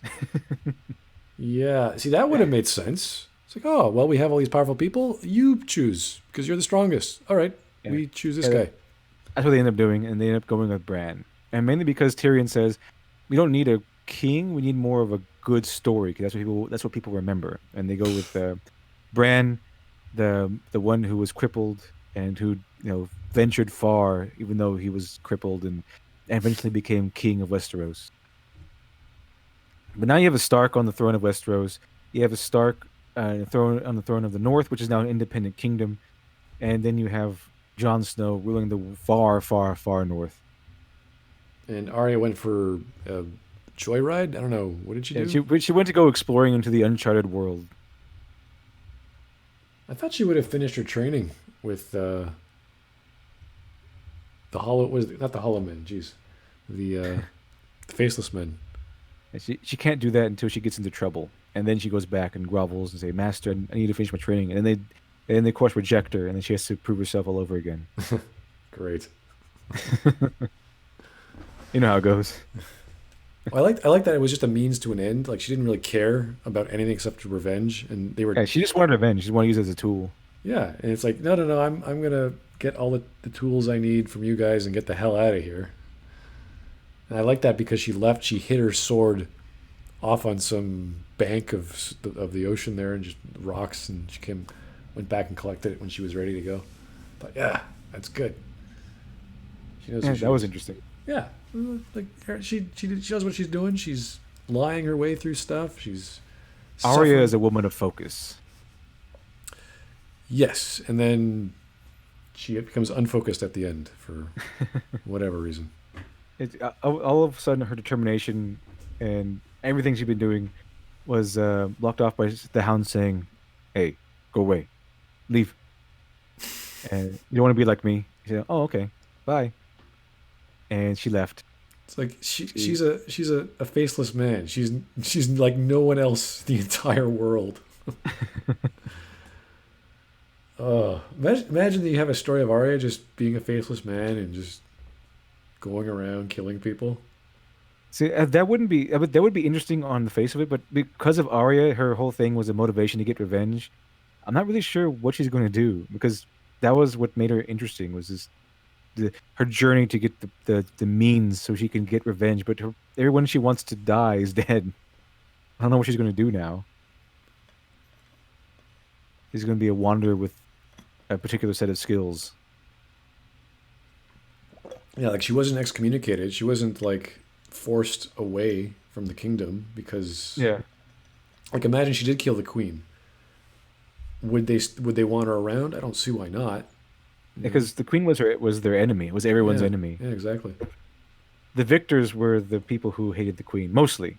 They had some of the people who were loyal to Cersei on the council that elected the next king, but they're not too many. See, that's why I always liked the Spider and Baelish because they were like, well, we serve the realm, technically, and whereas Varys was that's what he believed in, but the realm was corrupt, so he left. Yeah. And Baelish was like, well, I don't really care who's on the throne because I'm going to get it eventually, so I'll stay here.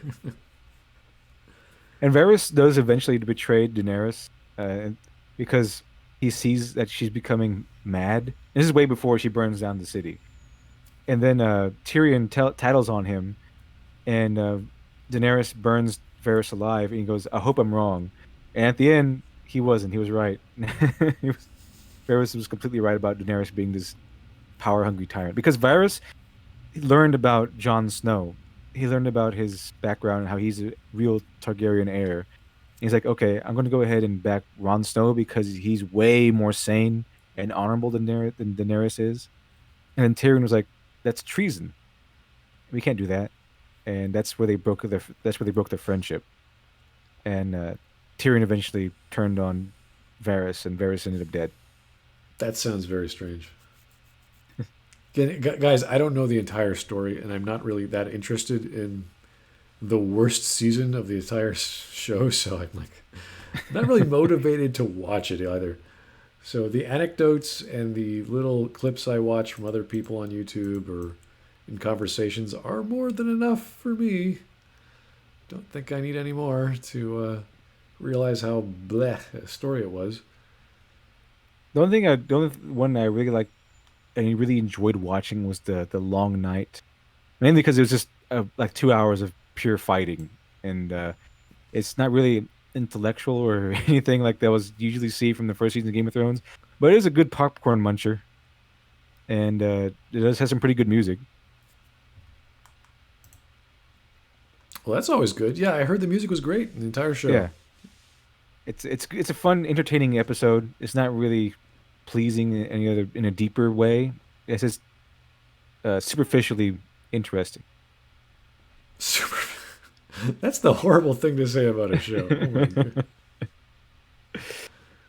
Oy. It had swords, it had undead, it had warriors, it had fighting, it had dragons, and I think it had explosions at one point. It had fire, it had people dying, it had undead. It had all these cool. It was cool. That's They had good music.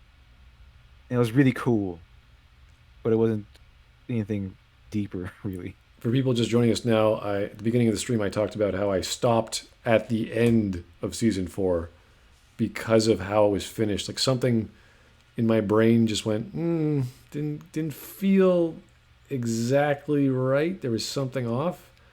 Not that it was a bad thing. It was just that the writer was doing something different, and there was some details left that didn't quite mix. And that was the Tywin calling. Was it Shay? Yeah, Shay. Shay, yeah, okay. It was Shay calling him a whore, and then and Tyrion killing the whore. And I was like, why did you do that? And then the actual story of what happened with Jaime and uh, and Tyrion at the end was a lot different, much different, which would explain Tyrion's motivation a heck of a lot different of why he wanted to kill his dad and etc. So yeah, I'm pretty much in the dark past that. I had friends and other relatives tell me about these stories, and obviously online. So yeah, it just there's these weird things like when you have so much lore and you understand an author to a degree, you realize yeah, this adaptation is missing very key details of some important characters. And I'm surprised they didn't ruin Aria as much as she probably would have been ruined. Yeah, she came out relatively okay, except for not being able to finish off Cersei. But everything else about it was fine. Yeah, like all the characters I liked are just wasted. All of them. Yeah. And I'm glad I didn't get to know them. Like Baelish was my favorite. Roose was amazing. And they just screwed them over. It's just sad to see that. And like, I'm not going to bother with this crap. Anyone who knows this lore, whether it's lore from a video game or lore from a book or a show or a movie series, you're like, this is going to be a disappointment. And it's the ending is the quintessential disappointment world of storytelling. They always screw it up. I've never seen a series, unless it's done by one writer, how to end a story properly. And it's always the classics. Well, nowadays we have classics, but like Gaiman's the only living author I can think of that knows how to end stuff well. And he gets it with like Sandman, for example. I'm trying to think of other stories I really liked that. Well, you could argue the Dune series, but I find Chuck Palahniuk tends to end his stories pretty well. he's a very Because unique writer. Yeah, you're very unique. It's a good way to say it. yeah. No, he's one of those guys that like the old school style of writing. He'd go to writer circles. He would talk to other writers, and they would talk about scenes that were really like what writing is. It's really about pushing the envelope, and how editors of his time, even nowadays, would never publish it just because it's too visceral, it's too graphic. Yeah, And there's no way his stuff would fly nowadays. This is no way. mainstream, yeah, probably right. Yeah. And mainstream, yeah, mainstream. Oh, with the general public, absolutely. I mean, people are thirsty for his kind of work, but mainstream, not really. He would probably wouldn't thrive there as well No. as he could have. Specifically, his endings usually end on a good point. They don't really close everything, but they kind of leave it on a more of an implication of what might happen next, or it ends on just the right kind of note, like the final realization of what everything has come to. Uh, so a lot of the stories are like that. I'm Even what was it? When Damned. I think Damned is the sequel to it. But the one where it's about a little girl who goes to hell, and it's a two-part book. It's two books to it, and even the first part where it ends on a cliffhanger, where she's going to go and try to take over hell for herself, even ends on a really good note because everything has been included from the beginning of the book, and now the only thing left will be covered in book two. But it's pretty interesting how it leaves off because it leaves off on that one clear note, very clear, very interesting. This is a common problem, even with really good authors. I would say, I guess Margaret Atwood's a pretty good author. She's still living, so I want to think of Yeah. people who are alive. She's really bad at endings. I'm not even sure if any of her stories actually finished, or they know how to be finished. I mean, the stuff I really like are her short stories. The one that always I think about is called Hairball. All the short stories by these authors are great. It's just the novels and their serializations, which are just they either get dragged on a concept, or they end just so stupidly or poorly. And I don't know why. It's as if these writers did not learn how to end things, or they just kept working with the idea, taking it day by day, and never said, "Hey, we gotta finish this up. We gotta get on with our lives and figure this out."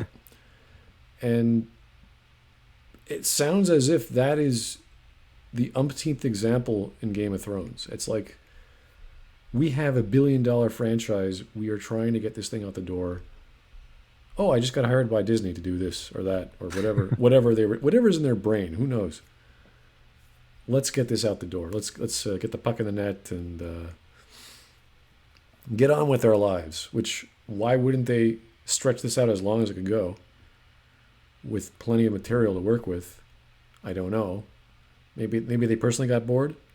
Maybe they could have told that to the producers or the shareholders, saying, "Hey, I don't want to do this anymore. But here's my notes. Here's what you got to do. Hire someone else." I'm sure that would have happened. Someone would have been more than happy to take their shoes, and I writers. think so. Oh Yeah, God, yeah, a lot of people will jump at the chance to take their place. for sure. That's the biggest television production in the history of entertainment. It's just amazingly huge. And the first episode was probably a pretty good example of that. The locations they shot in, the staff, the actors, the wardrobe was amazing. CGI. Again, I still think the opening cinematics, the stupid little clockwork cities, are the best part of the show. The opening. Yeah, it's like, ooh, we're gonna watch Game of Thrones. They get you hyped, and you're just watching it for a minute. You're like, yeah, maybe they got some clockwork tower building thing up, homing on the fifth season. Who knows? I always wanted to see some kingdom or some part of Westeros. Some inventor dude just make something that's like, I made a little bat, and he flies around, and it's Some clockwork a guy. clockwork bat. I don't care, just something like that. Something you'd see in like a comic book or a fantasy novel, like not necessarily steampunk, but something mechanical. And it had that shine. It had that brass sort of dirt to it in the story. And it would be this whole. They had blacksmiths. They had people who knew the secret of Valerian steel and all this kind of stuff. Like, all right, cool. How about the really cool, intricate blacksmiths that could. Yeah. Game of Thrones, Tony Stark. Uh, Not well, obviously not at that level, but just like a tinkerer. Like how they're, what's that? The evil Meister, or the rebel Meister, who was part of the Queen's Oh yeah, yeah, yeah. That like the mad scientist the one, mad sign. Yeah, like someone like that. But he was Frankenstein. yeah he wasn't making a Frankenstein monster, but he would be like making a better spear or making a better locking mechanism or a retractable blade, something not over the top but just intricate. And they never went that route. I was like, okay, fine. Just me If spitballing. if if anyone could do that sort of thing, it would probably be that guy because he's not afraid to do anything. He's abusing and distorting the laws of science and making abominations left and right without a care Right. in the world. So yeah, it would be him to make anything like that. Yeah, thing is, the lore was getting pretty bad, and they weren't using it properly. So if they weren't going to have mysticism, they weren't going to have religion, they weren't going to have prophecy, magic, and dragons. What do you got? Bunch of guys with swords and catapults and ballistas. Once the dragons are gone, do you really need ballistas anymore? Probably not, but they're still pretty effective for killing people. Yeah, and like I said, that's not really good to have in Game of Thrones because it's not really about the fights. In fact, Right. like I said, it's better if we don't show them. We just show the aftermath and the Yeah. fallout of these I, battles. I would have loved to seen a lot of scenes. You know how Napoleon would always think of his army battles as a game of chess? He'd always plan it out. Oh And yeah, and they'd be sitting on the top of the hill, with the wine glass, watching the battle go on, saying, yeah, that fourth flank isn't doing so well. We got to reinforce that. Go call George over. Hey, George, reinforce the fourth flank. All right, good. All right, can you get me some more yeah. bread? Can you give me And some more wine instead? yeah, I'm running low on cheese over here. yeah, like that's what I wanted to go on. And you sort of got that in the first season. You sort of got that just a little bit, with Robb Stark and people planning things out in the second season and capturing Jamie. And Because more about the grand strategy rather than the minutia of battle. you don't need to go into, like, when they had one-on-one fights. That was fine because they can showcase in a lot of detail, a lot of camera angles. I thought that was Yeah, great. and there's one-on-one fights. They always have high stakes politically. Those are political fights. They're not Yes, on trial scale by battles. Those are political fights. combat. Yeah. Um, Honor, whatever, those sorts of things. Those are political maneuvers. Those fights are political maneuvers. yeah, when Jamie decides to help Brienne in the pit with the bear, it's like he doesn't have to do that. He wants to. He Yeah. wants to protect her. So, like, there's reasons, there's plots behind that, and that's good. That's what you want. You want fights to have this layer of meaning outside of just, ooh, he looks cool with his sword. No, no, no. Of course Jamie looks cool with his sword. He's a pretty boy. He's the best knight in the whole land. What happens?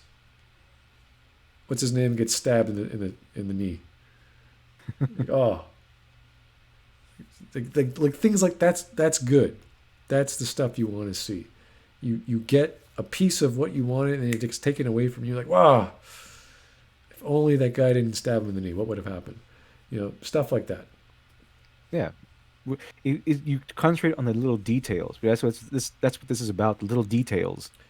And Not someone the gets hurt. macro, yeah, not the macro level, not this Yeah, massive war. that's what Game of Thrones is about, the micro level. The Every conversation can be lead to something else. Every line of dialogue is its own little maneuver.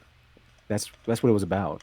Yeah, imagine having a scene where a person who seems weak or powerless has poison, and they're debating whether or not to poison someone because of whatever machinations is happening. Should he kill him? Is he scared to do it? Or he or she love the person? Do they know what it means? Like all the little psychological and political reasons as to what they're doing.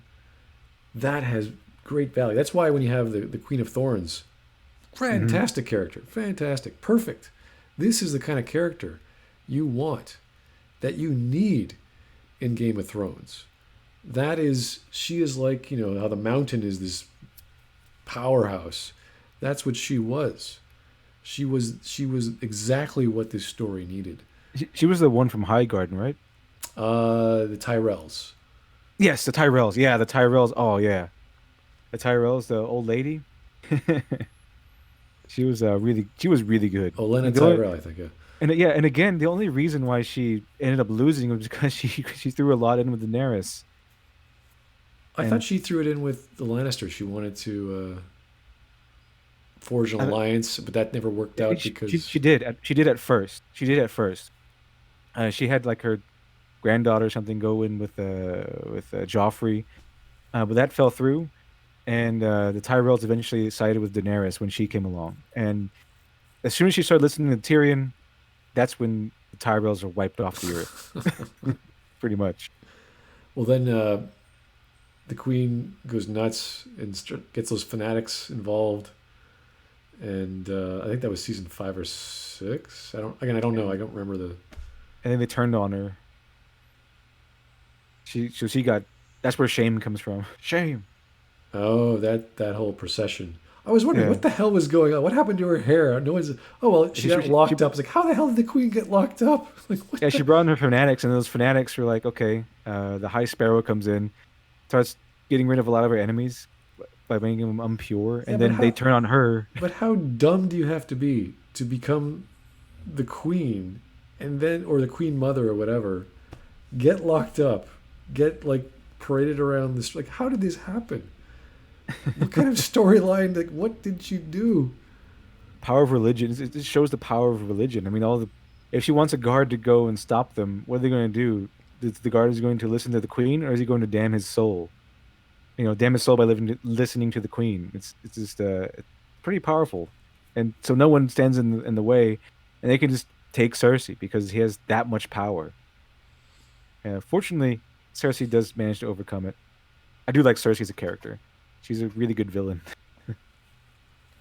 And apparently, she Plus, was reduced to just a person who stands around looking at windows and drinking wine all day. yeah, eventually, unfortunately, kind of became kind of crazy. It's Well, strange. yeah. Look, I mean, crazy as in she doesn't really do anything logical anymore. Not crazy as in just crazy, like is maniacal or anything like that. But she kind of lost her senses after a while. I got the opinion that she always wanted to be part of the big boys table or the grown ups table, and no one took her seriously because, well, she was a woman and Yeah. she wasn't that good at what she was doing compared She wasn't very to good at being a wife or a queen. queen, wife, leader, whatever. Like she was always not very smart, but she was always thought she was, and that was her downfall, her hubris, and that's good. That's the kind of how she That got. seemed to that seemed to be what happened in the last episode where the King's Landing got destroyed because she had the Golden Company, she had the Iron Fleet, she had all this power that she had massed together, and then it just all came to nothing. She was her hubris destroyed her in the end. Which I'm still trying to wrap my brain around how she got into power in the first place. It's all because I have all no her idea. kids killed themselves or died. It just all of a sudden we come in and she's queen now. That's what happened. No one else is here. We may as well make it her. It's like, what? That's literally what happened. Like someone, I guess we follow some characters into the throne room, and I think this is a twist at the end of an episode, and we see Cersei being crowned queen, and I'm like, why, when, how did this happen? For what reasons is she now queen? They don't explain that. She's just queen now. Uh, well, so long, Game of Thrones. You were as good as long-winded as you were, and I'm sure the books are much more pleasant to go through. I'm sure. I'm sure the books. I'm pretty sure the books are a lot better. Unless Martin decides to make the last book just like the show, No, there's no way. in I which can't. case that'd be a bad Come idea. on, I can't take that seriously. There's no way. He's a little too. I mean, even he was disappointed in certain things in certain interviews he was having. He's like, yeah, he wanted obviously he wanted more of what he wanted in his books to be Hmm. showcased that weren't. And he also made the argument that he couldn't release a book while the show was going on because that would cause this discrepancy between expectations and what the show people wanted to do. And he also wanted to have that sense of wonder and mystery of what could come next because if they know it's going to happen at the ending. And again, this was not how the books were structured. He was just Right. telling one book per kingdom, and he was just doing it in a linear order. So it just events occurred after the other. They didn't have to have a grandiose ending. They didn't need that. He just wanted to tell all the events of each kingdom. And then now because Dany's coming back to Westeros, it's like, okay, now she's going to tell the story of what happens there. But it doesn't need to end with someone winning the throne. It doesn't have to end with everyone dying or what have you. It could just be slice of life in Westeros, which is unfortunately what the show had become.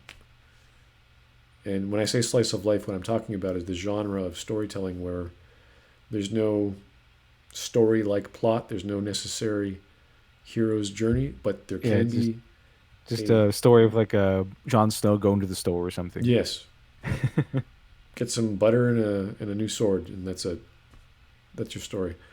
But because he's built up all these other events, you have to say, okay, well, all this has to amount to something. You can't just what? How could someone just write and write and write all these years, have all these threads that are connected throughout the books, and not connect the last book as being the last story? It wouldn't make sense. Like you'd have to connect them. And unfortunately, the connections and reasonings and characters, or characterizations, at least at the end, fall flat. They go nowhere. And it's just sad to see that he decided on that course of action of not finishing a series when he had the chance. And because of the laziness of writing and the other things he got involved in, that he thought the show was more important than his books, when the stories of the books should have been more important than the show. Yeah, and that's the real tragedy of all this. Because I read most of the first book. I didn't quite finish it, but I read most of it, and it's pretty interesting. I mean, it's a slow beginning, but once you get into it, it's really intriguing. It's The thing is, you can't stop. yeah, And the reason why is you forget because there's so much stuff. So the glossary is so helpful at the end. And even when you know it, you're like, who's this guy again? Like who are these people? And the reason why is because there's so many perspectives. Because he's doing, I think it's first, no, it's third person, but it's from perspective of a particular character in the book. So you have to understand only their limited scope. So hard to write. I don't know why it took him so long. But we don't know the workings of these people's minds. I think Martin put out an anthology called Rogue in the meantime, and it's huge, and it has a bunch of famous writers in there, like as Neil Gaiman, he put one in there, and the theme is of course roguish characters. So the main characters would be roguish type archetypes, and I think I don't know if you heard of Patrick Rothfuss, he's in there, and Neil Gaiman is in there, and a couple other writers. But that's one thing he put out in the last, I think, couple of years. And it's a pretty big book. See, I love anthologies. I love it when authors do that, but only if they're short story anthologies, which should not be a big book. It should be rather small. Yeah, I So, think this might be a short story anthology. It just has a lot of writers in it, yeah, a whole bunch of them. that's okay then. Yeah, that's good. That And this that I is would pretty. read. Yeah. And it's called Rogue. It's just called Rogue. All right. So that's a good way to end this stream. Yeah, I Go think out, so. check out Rogue short story anthology, George R. R. And hopefully that will placate you and all the sour flavor of the ending of, or pretty much the Game entire of Thrones. season has been for some people.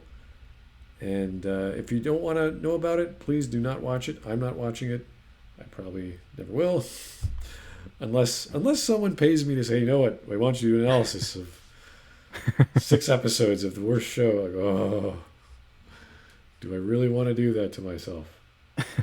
Probably not, but I'll consider it. Anyway, thanks guys for sticking along for these 3 hours. We've been having a fun little rambling session about the Game of Thrones season 6, the ending, the characters, some of the events of the other seasons, and all the other ramblings. I do appreciate the people in chat who know a heck of a lot more about this topic than we do, Yeah, because you've corrected us on several occasions. And I'm like, oh Yeah. yeah, it's. Yeah, I've mainly just seen the show. I've mainly just seen the show. I haven't read the books yet. Not all of them anyway. I'm surrounded by people who have read the books, and I had people in my Discords like, oh, if only you told me sooner, I would have joined the chat. I was like, I'm sorry, I'm really sorry, but this was because when people say they forgive the show or it wasn't as bad as you say, it's like that's fine. That's their personal reaction. That's great. As long as they justify it, it's like, yeah, well, this buildup was there, it just wasn't very good. The history and the evidence is there. You just have to know the lore and know the history, and you can justify the explanation. The explanation doesn't have to be perfect. The reasoning doesn't have to be crystal clear, but if that opinion gives you a new insight into appreciating a story, good or bad, hear them out. It's always good to hear difference of opinion and see where you can understand where they're coming from, and hopefully learn about that if you're doing your own writing. It's always good to Right. learn from the greats, and whatever you think of him, Martin is definitely a genius, and it takes effort to write these books. And sadly, his effort has slowed down considerably in the past 10 years. So maybe he'll get off his ass, and next year or 2 years or whatever, 2020, 2022, he'll Yeah, when will the produce. books come out? If they ever Yeah, come out. who knows? George. Ugh. Anyway, thanks guys for joining us. Have a great day, and we'll talk to you soon. Now, everybody.